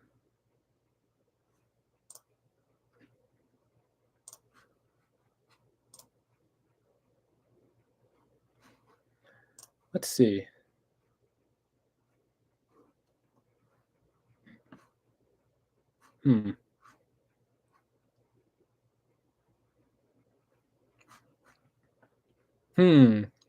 Okay. Is it actually live, though? Because my screen is frozen.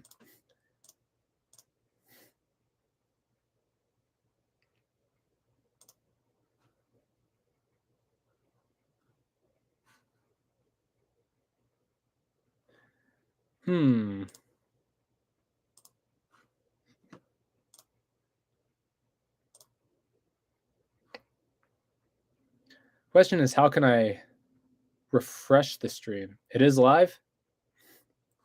It's not live for me, though, and I kind of need to see. Maybe if I share the screen again. Let's just share. Let's share this.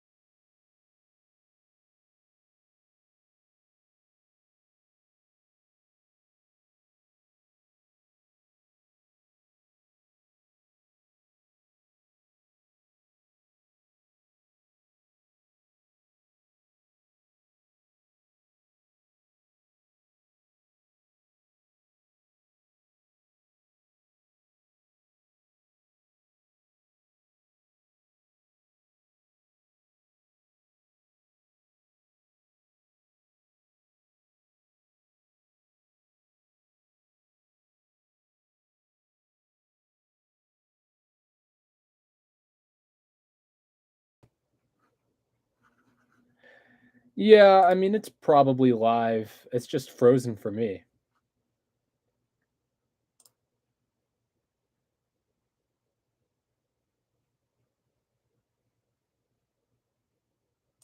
So maybe if I closed out of this. Wait, what if I opened up?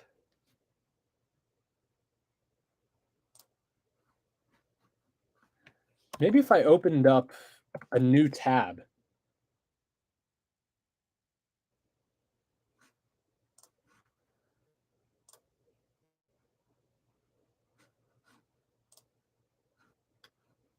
And I go... No, I need to be able to...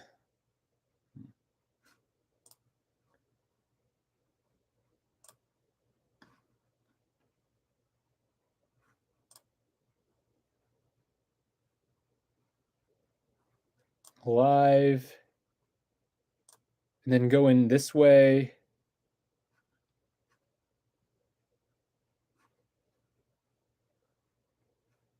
Can I go in here?